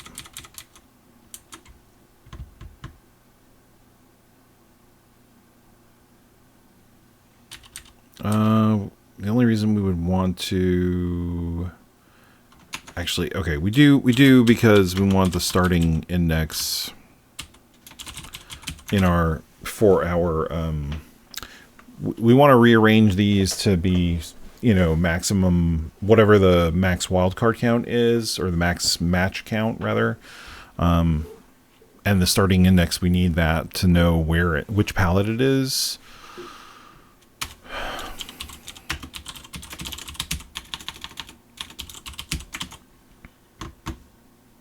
All right, so we're going to loop through palette set.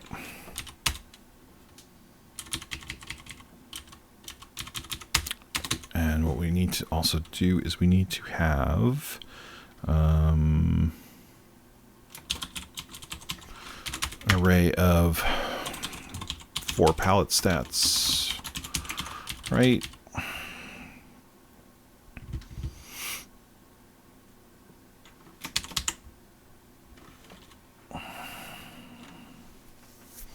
Actually, though, we can do this through 16 easily. So we'll say if palette set I is equal to 255, then stats for wildcard count, not 4, dummy, divided by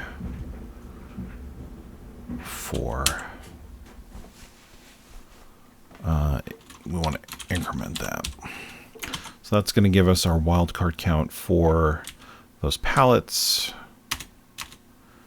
And then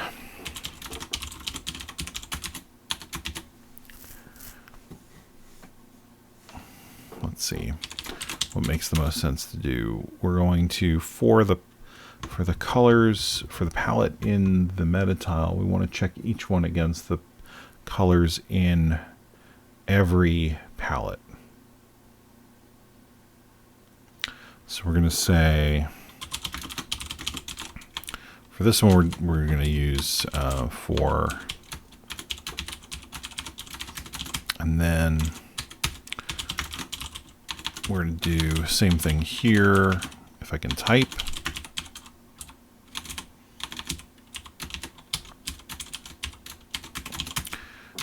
And we're going to do a comparison against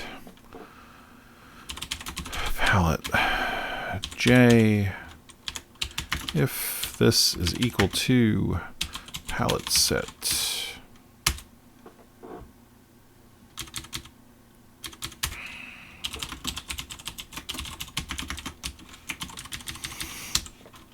palette index times 4 plus J. So if it's equal,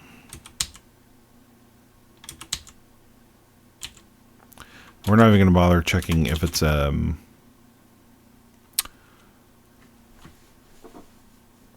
you know, we want to check it here, but we're not going to bother to check to see if it's a wild card in the palette itself, the palette set. because it doesn't matter. We're just checking for matches here. So as long as the palette color is not a wildcard in the metatile itself, we're going to say stats j match count plus plus. So we're going to count how many matches we get. And then, so we have the wildcards, we have how many matches there are. And then we also have to say we found it. Match found is equal to true, because we don't want to forget that. And then we're going to break. Like if we find it, we don't care. And then we say, okay, if not match found. So if we don't find it, then what we need to do is we need to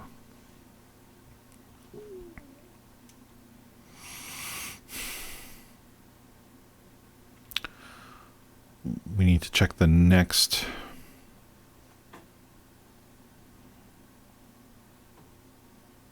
Okay. So I actually want to make this, not this, but this.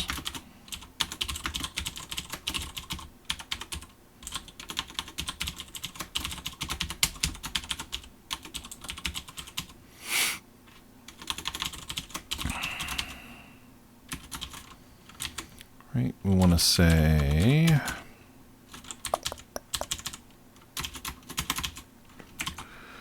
we're going to loop through these. So if we didn't find a match in this palette,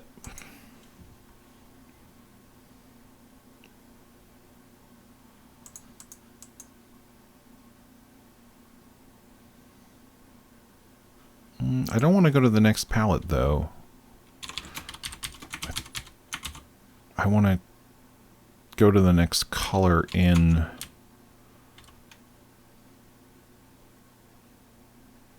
I want to go to the next color in my metatile palette. So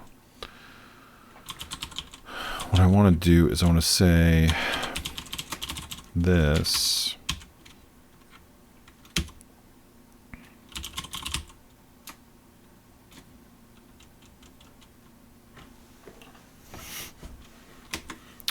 We don't need to do that there. We can do that.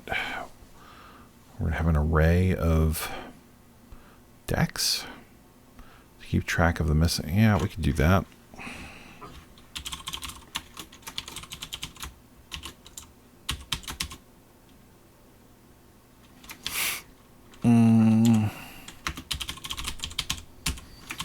Right, we're just basically saying, okay, if we didn't find it, then we want to add it to missing palette index push empty palette. And actually match found is equal to true. We don't need to. I actually don't know that we actually care about the match count. We just need to say that we found a match or we didn't. If we didn't find a match, add it to the list of missing colors in the palette. And then, let's see. So we've gone, we're going to go through for each one. We're going to say for all of the 4 colors in the metatiles palette, compare it to that palette's 4 colors and keep track of the ones that we don't find. And then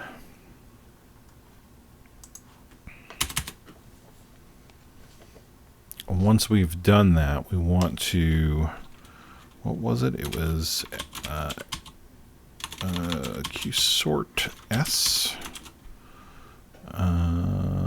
and we want to sort our stats. There are 4 of them, size of palette stat. And then we need our compare function. So sort palette stats which we don't obviously have, and then this is null. Let me just take a look at how that works. So compare objects.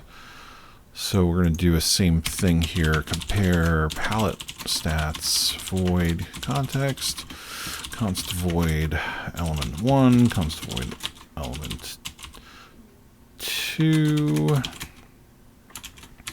And then we're going to cast them. Oops, this should be 2.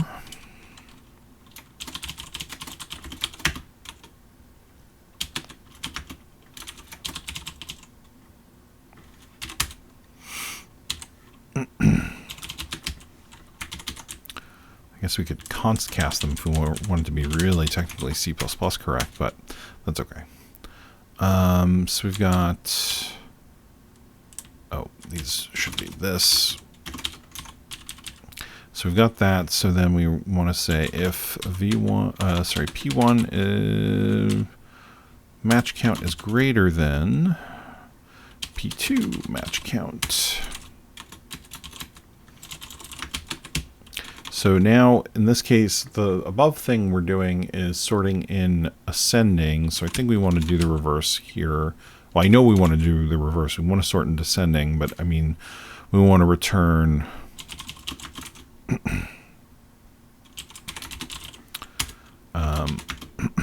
the reverse values for this.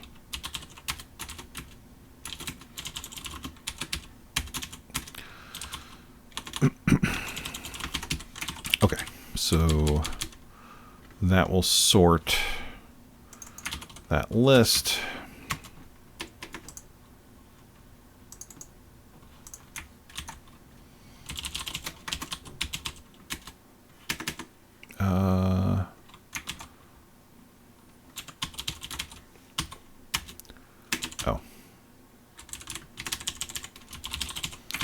Compare palette stats. So that's going to sort them for us, and then we're just going to go down the line and see which one would work. So for auto iterator equals no, not iterator, because it's not an iterator. It's not a vector or anything like that. I is less than 4 plus I. Right, so we're just going to go right through and see what works. Stats I, match count. No. If wait a minute. Oh, you know what we forgot to do?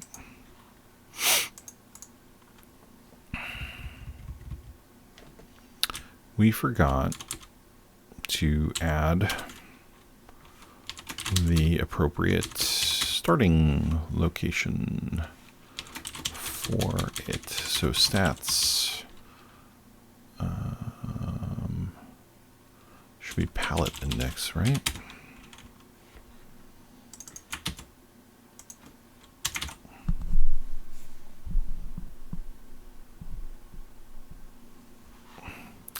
That's palette index.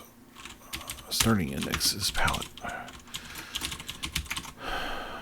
Okay, so that tells us which palette it is, which we need for missing stats I starting index, because that tells us that what is this not happy about? No instance, push back. Oh, yeah, this should be palette J. So missing, if missing dot count, what size? Size is greater than stats I wildcard count. So basically, if we computed that we need more,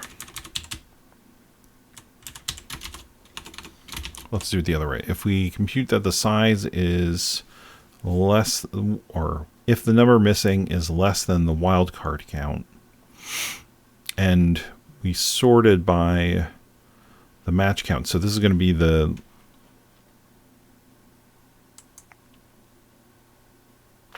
Oh, wait a minute.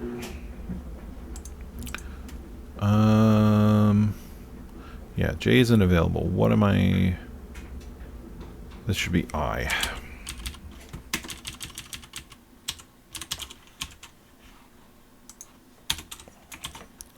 All right. So if we computed that this has the most matches, and then we also see that the size of missing is less than the wild card, then we know we can add it to that. So let's run through this and get to this location and see what happens, or if it crashes terribly or what. This is a lot more convoluted than I thought it was going to be. Compare pallet stats. Undeclared. Compare pallet stats. Where are you? Is it because it's not like at the top of the file? I guess so, yeah. Where are you going to go? You're going to go right here.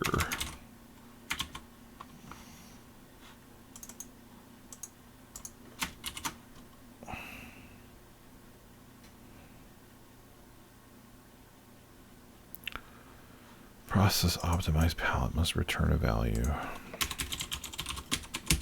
Oh, speaking of which, find matching palette. Where is that being called? That's being called here. This should be now process optimized palette, so that we actually call that.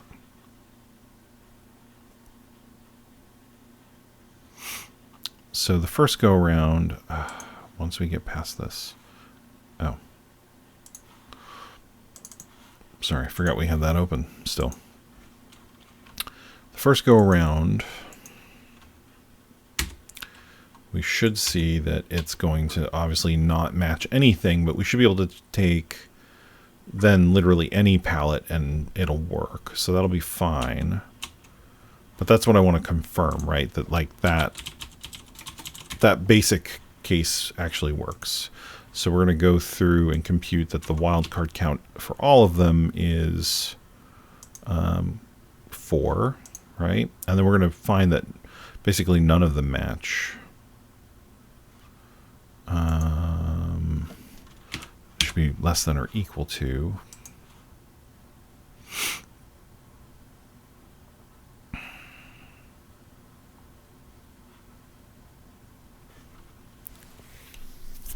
And obviously we're not updating the palette in any way. And this only applies in a case where, like, we only have to update the palette if this has missing entries. If there are no missing entries, there's nothing to do. We just literally take this. So we could return whatever palette value it is, 0, 1, 2, or 3, right? Okay, so we know that part works.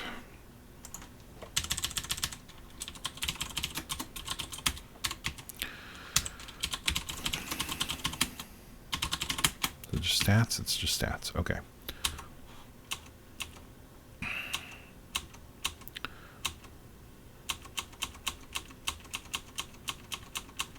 So we're going to run through that and find that there was no match. So we're going to add it to missing for that palette index. So missing palette index gives us a size of 1. Okay, good. So that all looks correct. I'm not going to step through this whole thing because I assume we're going to get to a situation where literally we're going to have, okay, we have those starting indexes. And then basically all of these, oops, stop it, hit F1 by accident. There are 2 missing in that one, 2 missing in that one, 2 missing in that one, and 2 missing in that one, which is what we expected. So we're going to say, okay, so hey, look, the wildcard count is going to be 4, the size is going to be 2, so we should be able to add it there. So let's do that part.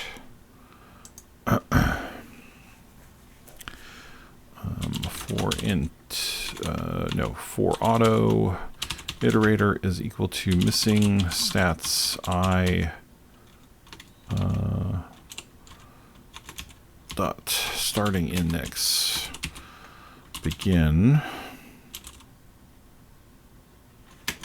What's the matter with this? Missing starting index begin. That should be okay. Iterator does not equal missing stats I starting. I don't like that we have to keep doing that. We'll fix that in a second. Plus plus iterator. Okay, hold on a second. Let's get rid of this and make this a little more compact.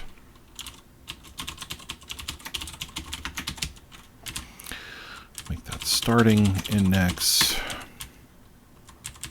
And oh, it's dot begin.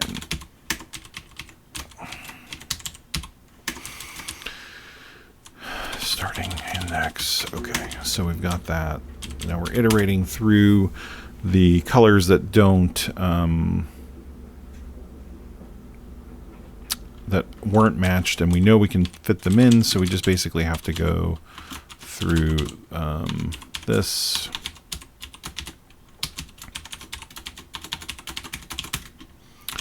And find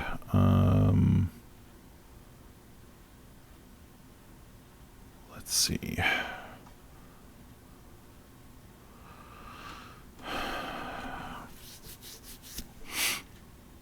Pallet set J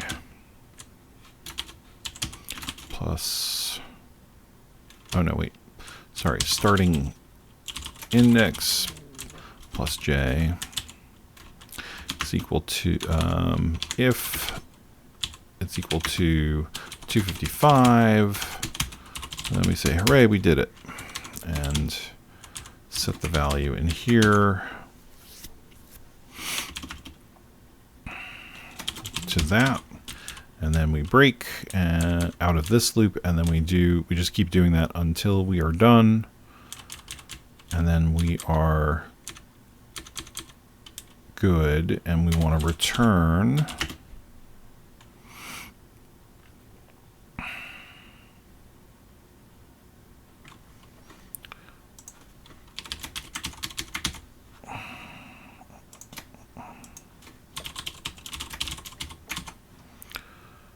we just want to return starting index, right? Starting index is the palette that we're working on and updating, and if we didn't find anything where we could do that, then we fall out and return -1. Okay. Jeez Louise.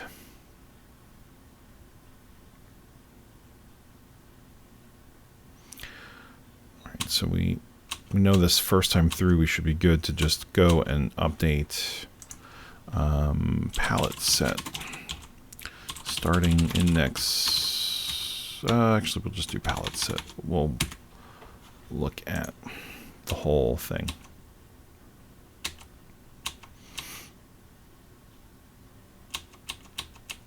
It's kind of funny that it's not updating the first one, but that's fine.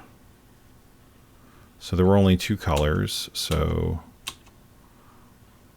what are we doing? Okay, so it returned a matching palette. So now we're recomputing our wildcard count, and if we look at the stats, then we'll see there are 2 less here. So now we're going to go through all the palettes and look to see if we find any matches.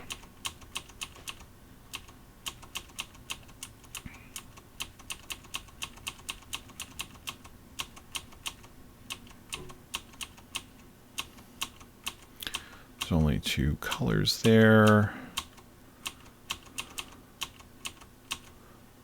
All right. what did I do? If... Oh, it... actually don't have to do a continue here. I can do a break, right? Because the color is never going to change. All right, we'll fix that in a second.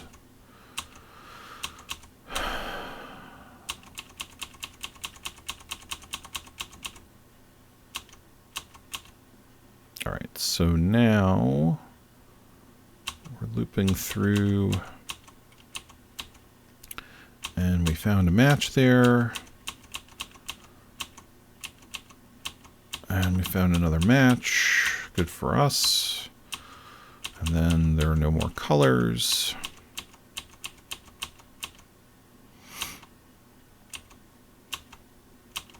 All right, so we're just going through that. So now, here are our stats. The stats are that. Missing 0. Oops, missing 0, 2, 0.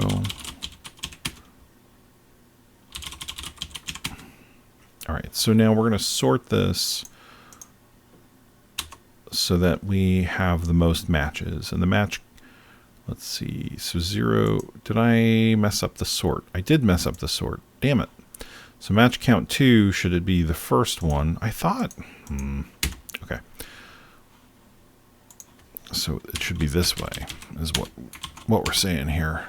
Actually, just stop. Stop. Stop.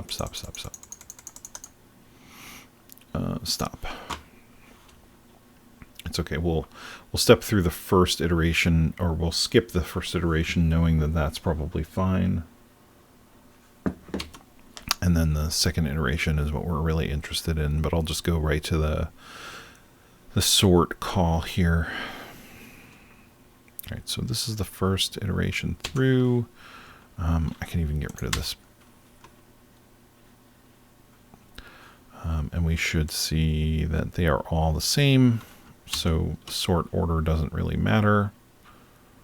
I guess, we probably want to sort by match count and then index,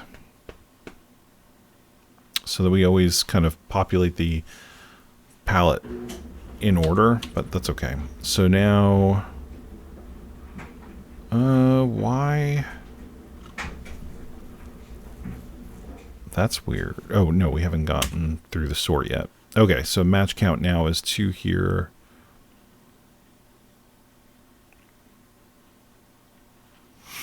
Okay, that's good. Regardless of... Okay, so we have that populated there. So now we're going to say, okay, based on that, we have how many missing? Missing starting index, it is 0. There are 0 missing.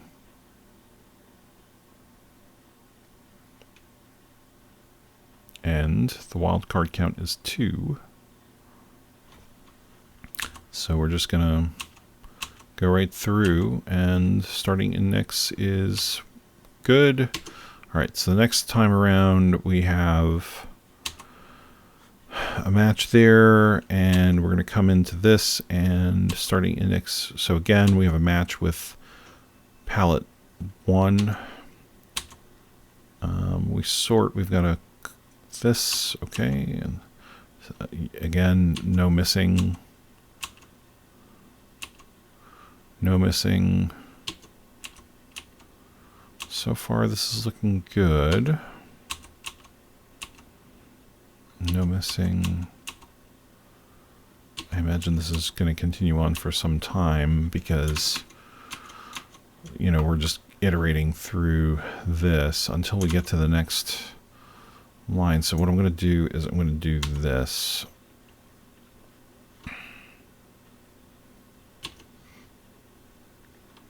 We're just going to kind of keep going through until we hit this break point.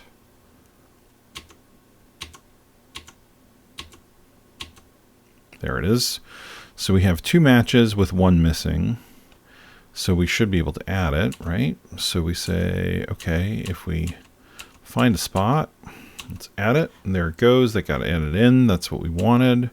And now we have our palette that works. That was the only color that needed to be added, so we returned 1 as our starting index, and we're good. So now we'll go back to the sort, and we have a match here now on what's the starting index? 1 again.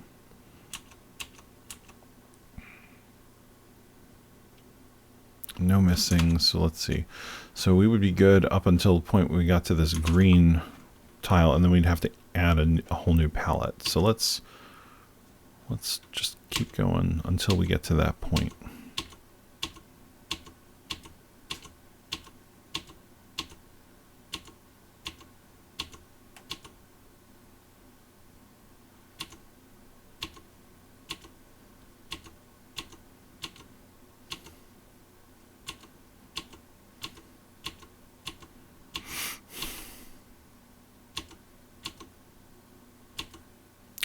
Okay. So we sorted it and we only have 1 match. We're missing 3 and the wildcard count is only 1. So we're not going to be able to use this first one. So which one are we using actually? Starting index is what value? 2. Oh, okay, cool. So we now are looking at this one and saying, okay, this one has enough space to accommodate. So let's set that up. Because the colors are different enough that it doesn't match the other palette. And now we returned 2. Good. So I'm reasonably okay with the way this is looking. Let's see if how we do in terms of like what values we get out of it. Matching palette 2, matching palette 2. Oh, we actually added yet another color to the palette there, so that's cool. Matching palette 1. What was that? That must have been this. What color did we add? 37. Yeah, that's the sand. Can I change you? 37. Yeah, that's the sand color. Cool. Okay. So that optimized that correctly. So we have a matching palette there. We have a matching palette there. So far, so good. I want to make sure that we, yeah, okay. Yep, yep, yep. Good, good so far. Good. I think we could probably just, and we made it through, and we only used 3 of the 4 palettes. I don't know, I got to look at the resort that we're doing. The way we're sorting, we're not sorting by the index at all, so it's not shifting everything into the first palette the way that I guess I maybe wanted to. I don't know that I really care about that right now. But like if we do this here, so that's 0E. Just want to look at what these palettes look like, right? 12. And the code is running. Hold on a second. I gotta pause you so that you stop updating these colors. 22 and 37, and then your 0E also, and then your 0C. Where is 0C? That color, and then 29. So this is the forest palette, and then also 37 again. And then we have 0E again, and 0C again, and 2A, and 37. Okay, so those are our 3 palettes that we need in order to render just that one screen on the map. And I mean, that looks correct to me. Like that matches with my expectation of what those palettes should look like.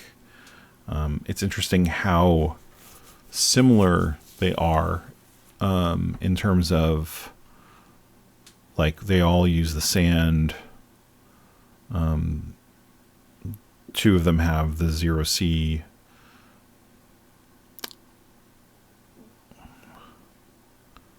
I don't know that means that we can do anything optimization wise, but it doesn't really matter. Like this is actually, or I think that doesn't matter. This is actually pretty reasonable.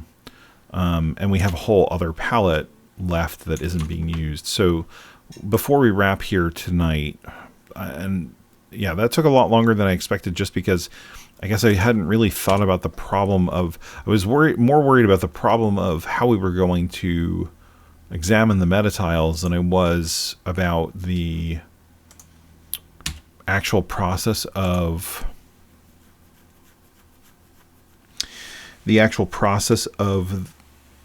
determining what the colors were going to be in the palette itself. Obviously, and that turned out to be the bigger challenge. So the only thing I'm doing here is I'm doing a secondary match, or a secondary sort, where if the match counts are the same, then what I want to do is I want to say I want to sort by the index. So starting index is greater than, but this time I want to do the reverse sort. I want to say if this is greater than, then I want to return 1, because I want the index to be ascending. If the case is such that they're the same match count.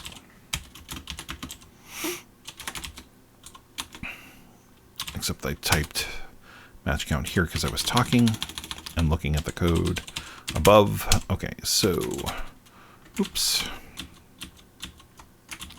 Come on, return -1. Otherwise, again, return 0. So, all things being equal, then we don't care. So let's look at this just the first time through, because what I want to do is I want to make sure that we get the first item in the stats list, or the first index for the palette set after the sort occurs, because they're all the same, so we don't actually care other than I want it to be in that order because I like it not skipping. So that looked good. So it should be now populating palette set. Yep, so it's that one. And then the next time around, we have 2 match counts, so that's good. And then it's sorted by the starting index after that, so that's great too.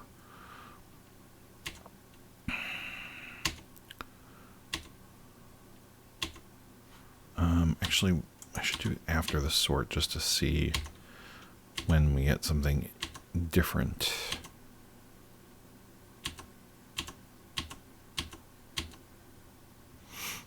What changed? Starting index is 0, match count is, no, that's all the same still.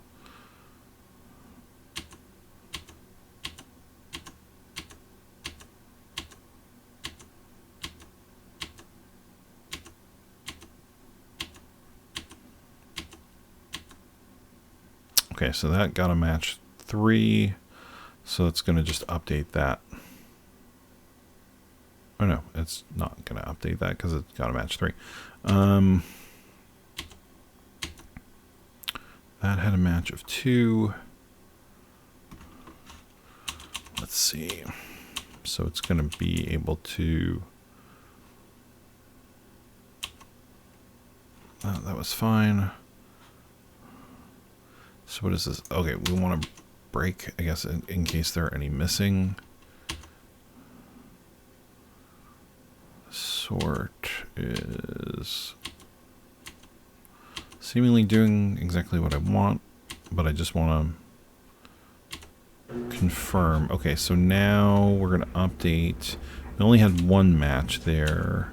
So it's got to update. It's updating the next, starting index 0. And then it went through and what?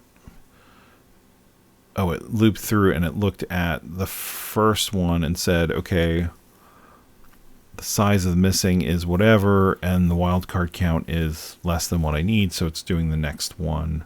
And that is the next one in the order that we have, so that's good. I'm satisfied with that. So next time we're here, now we have 3 matching and 1 matching, and then we're sorting these in order because they have equal match. 3 and 1, 3 and 1, 3 and 2. That's interesting. Are there any missing? There are. So it is actually coming in, and what is the starting index 0? So it's adding the color to that first palette now. Yeah, okay, cool. We saw it do that last time too.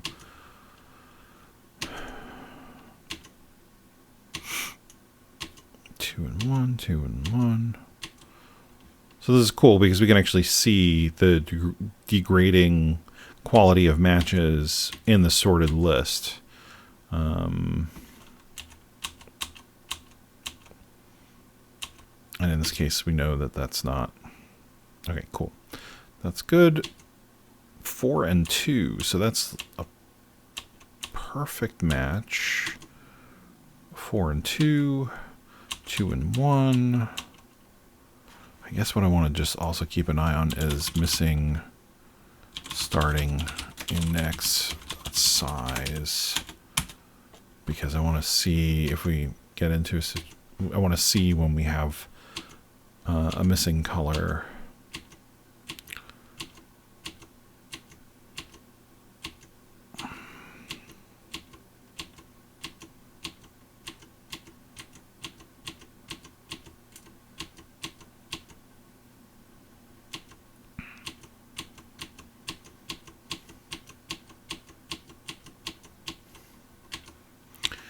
But this gets back to now we're looking at like what's actually happening when we analyze the colors for the metatiles, and we see exactly what Felipe was talking about when he commented on the video, which is exactly right, that the issue wasn't that we couldn't do it. It was just that the tool, because it was using a fixed palette that it was loading from the file, couldn't represent it because it was not using palettes that made sense. Yeah, you can see now we have all 3 palettes loaded. So that's cool. That's great. So that's doing it in order. That's doing it the way I wanted to do it. We end up with 3 reasonable palettes that have everything we need. Okay, so what did we actually accomplish here? What we accomplished was we scanned that first screen, and now we've generated palettes that actually will work for that part of the screen, or that part of the map. And then what we have to do, like I was talking about before, is we have to... So what we have to do is now keep track of which palettes are actually used in each row, so that we can exclude, like, basically, when we determine that like palette 3 is no longer necessary, we wipe out that palette so that the process optimized palette call can take over that space if it needs to. And in the process of so doing, we then also will need to generate a palette swap object if and when we need that additional palette. Right? Like in the game, it won't do that unless we actually need it. But we now have the option to do it. So I'm not going to do that tonight because this is 2 hours and 40, almost 2 hours and 35 on the recording. It's getting late here, so I'm actually really happy with that process. Like I said, that I was not expecting that to be the bigger issue that we had to tackle, but clearly I hadn't really thought about it that in that much detail to determine that like that's the hard problem to solve, right? And going back to what I was saying about the problem set size, like we're dealing with 4 colors and 4 palettes of 4 colors across a bunch of tiles. That's not, obviously that's not that bad. Like there's not a lot of data. This will still run in more, less time than we'd be able to determine. Like we're not going to be sitting here. It's a negligible amount of time. If we were doing this over larger data sets, this would probably not work. We'd probably also not want to recalculate the wildcard count every time. We'd probably store that off with our palette set or in a structure that the palette set has.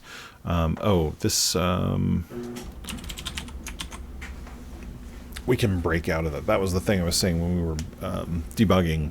If the color is 255, it's never going to match anything in the palette set because it's a wild card, so we don't care about that. But like this is not efficient code over large data sets. If we had to do this over a large number of items because of the recalculation of this wildcard count, which is an easy fix, but like this I think is probably the bigger problem because we're just doing this comparison of one set against a bunch of other sets. There's probably ways. Well, so another optimization we could do, I don't know that we're going to, is we could say, for the metatile, this would be really easy to do, actually. Maybe we don't. Let me add it to do, because that's actually easier than I was thinking. But once we process the optimized palette and we get a matching palette, we don't have to do it again. We should be able to just look it up. Store off the matching palette for the metatile. So that would help, right?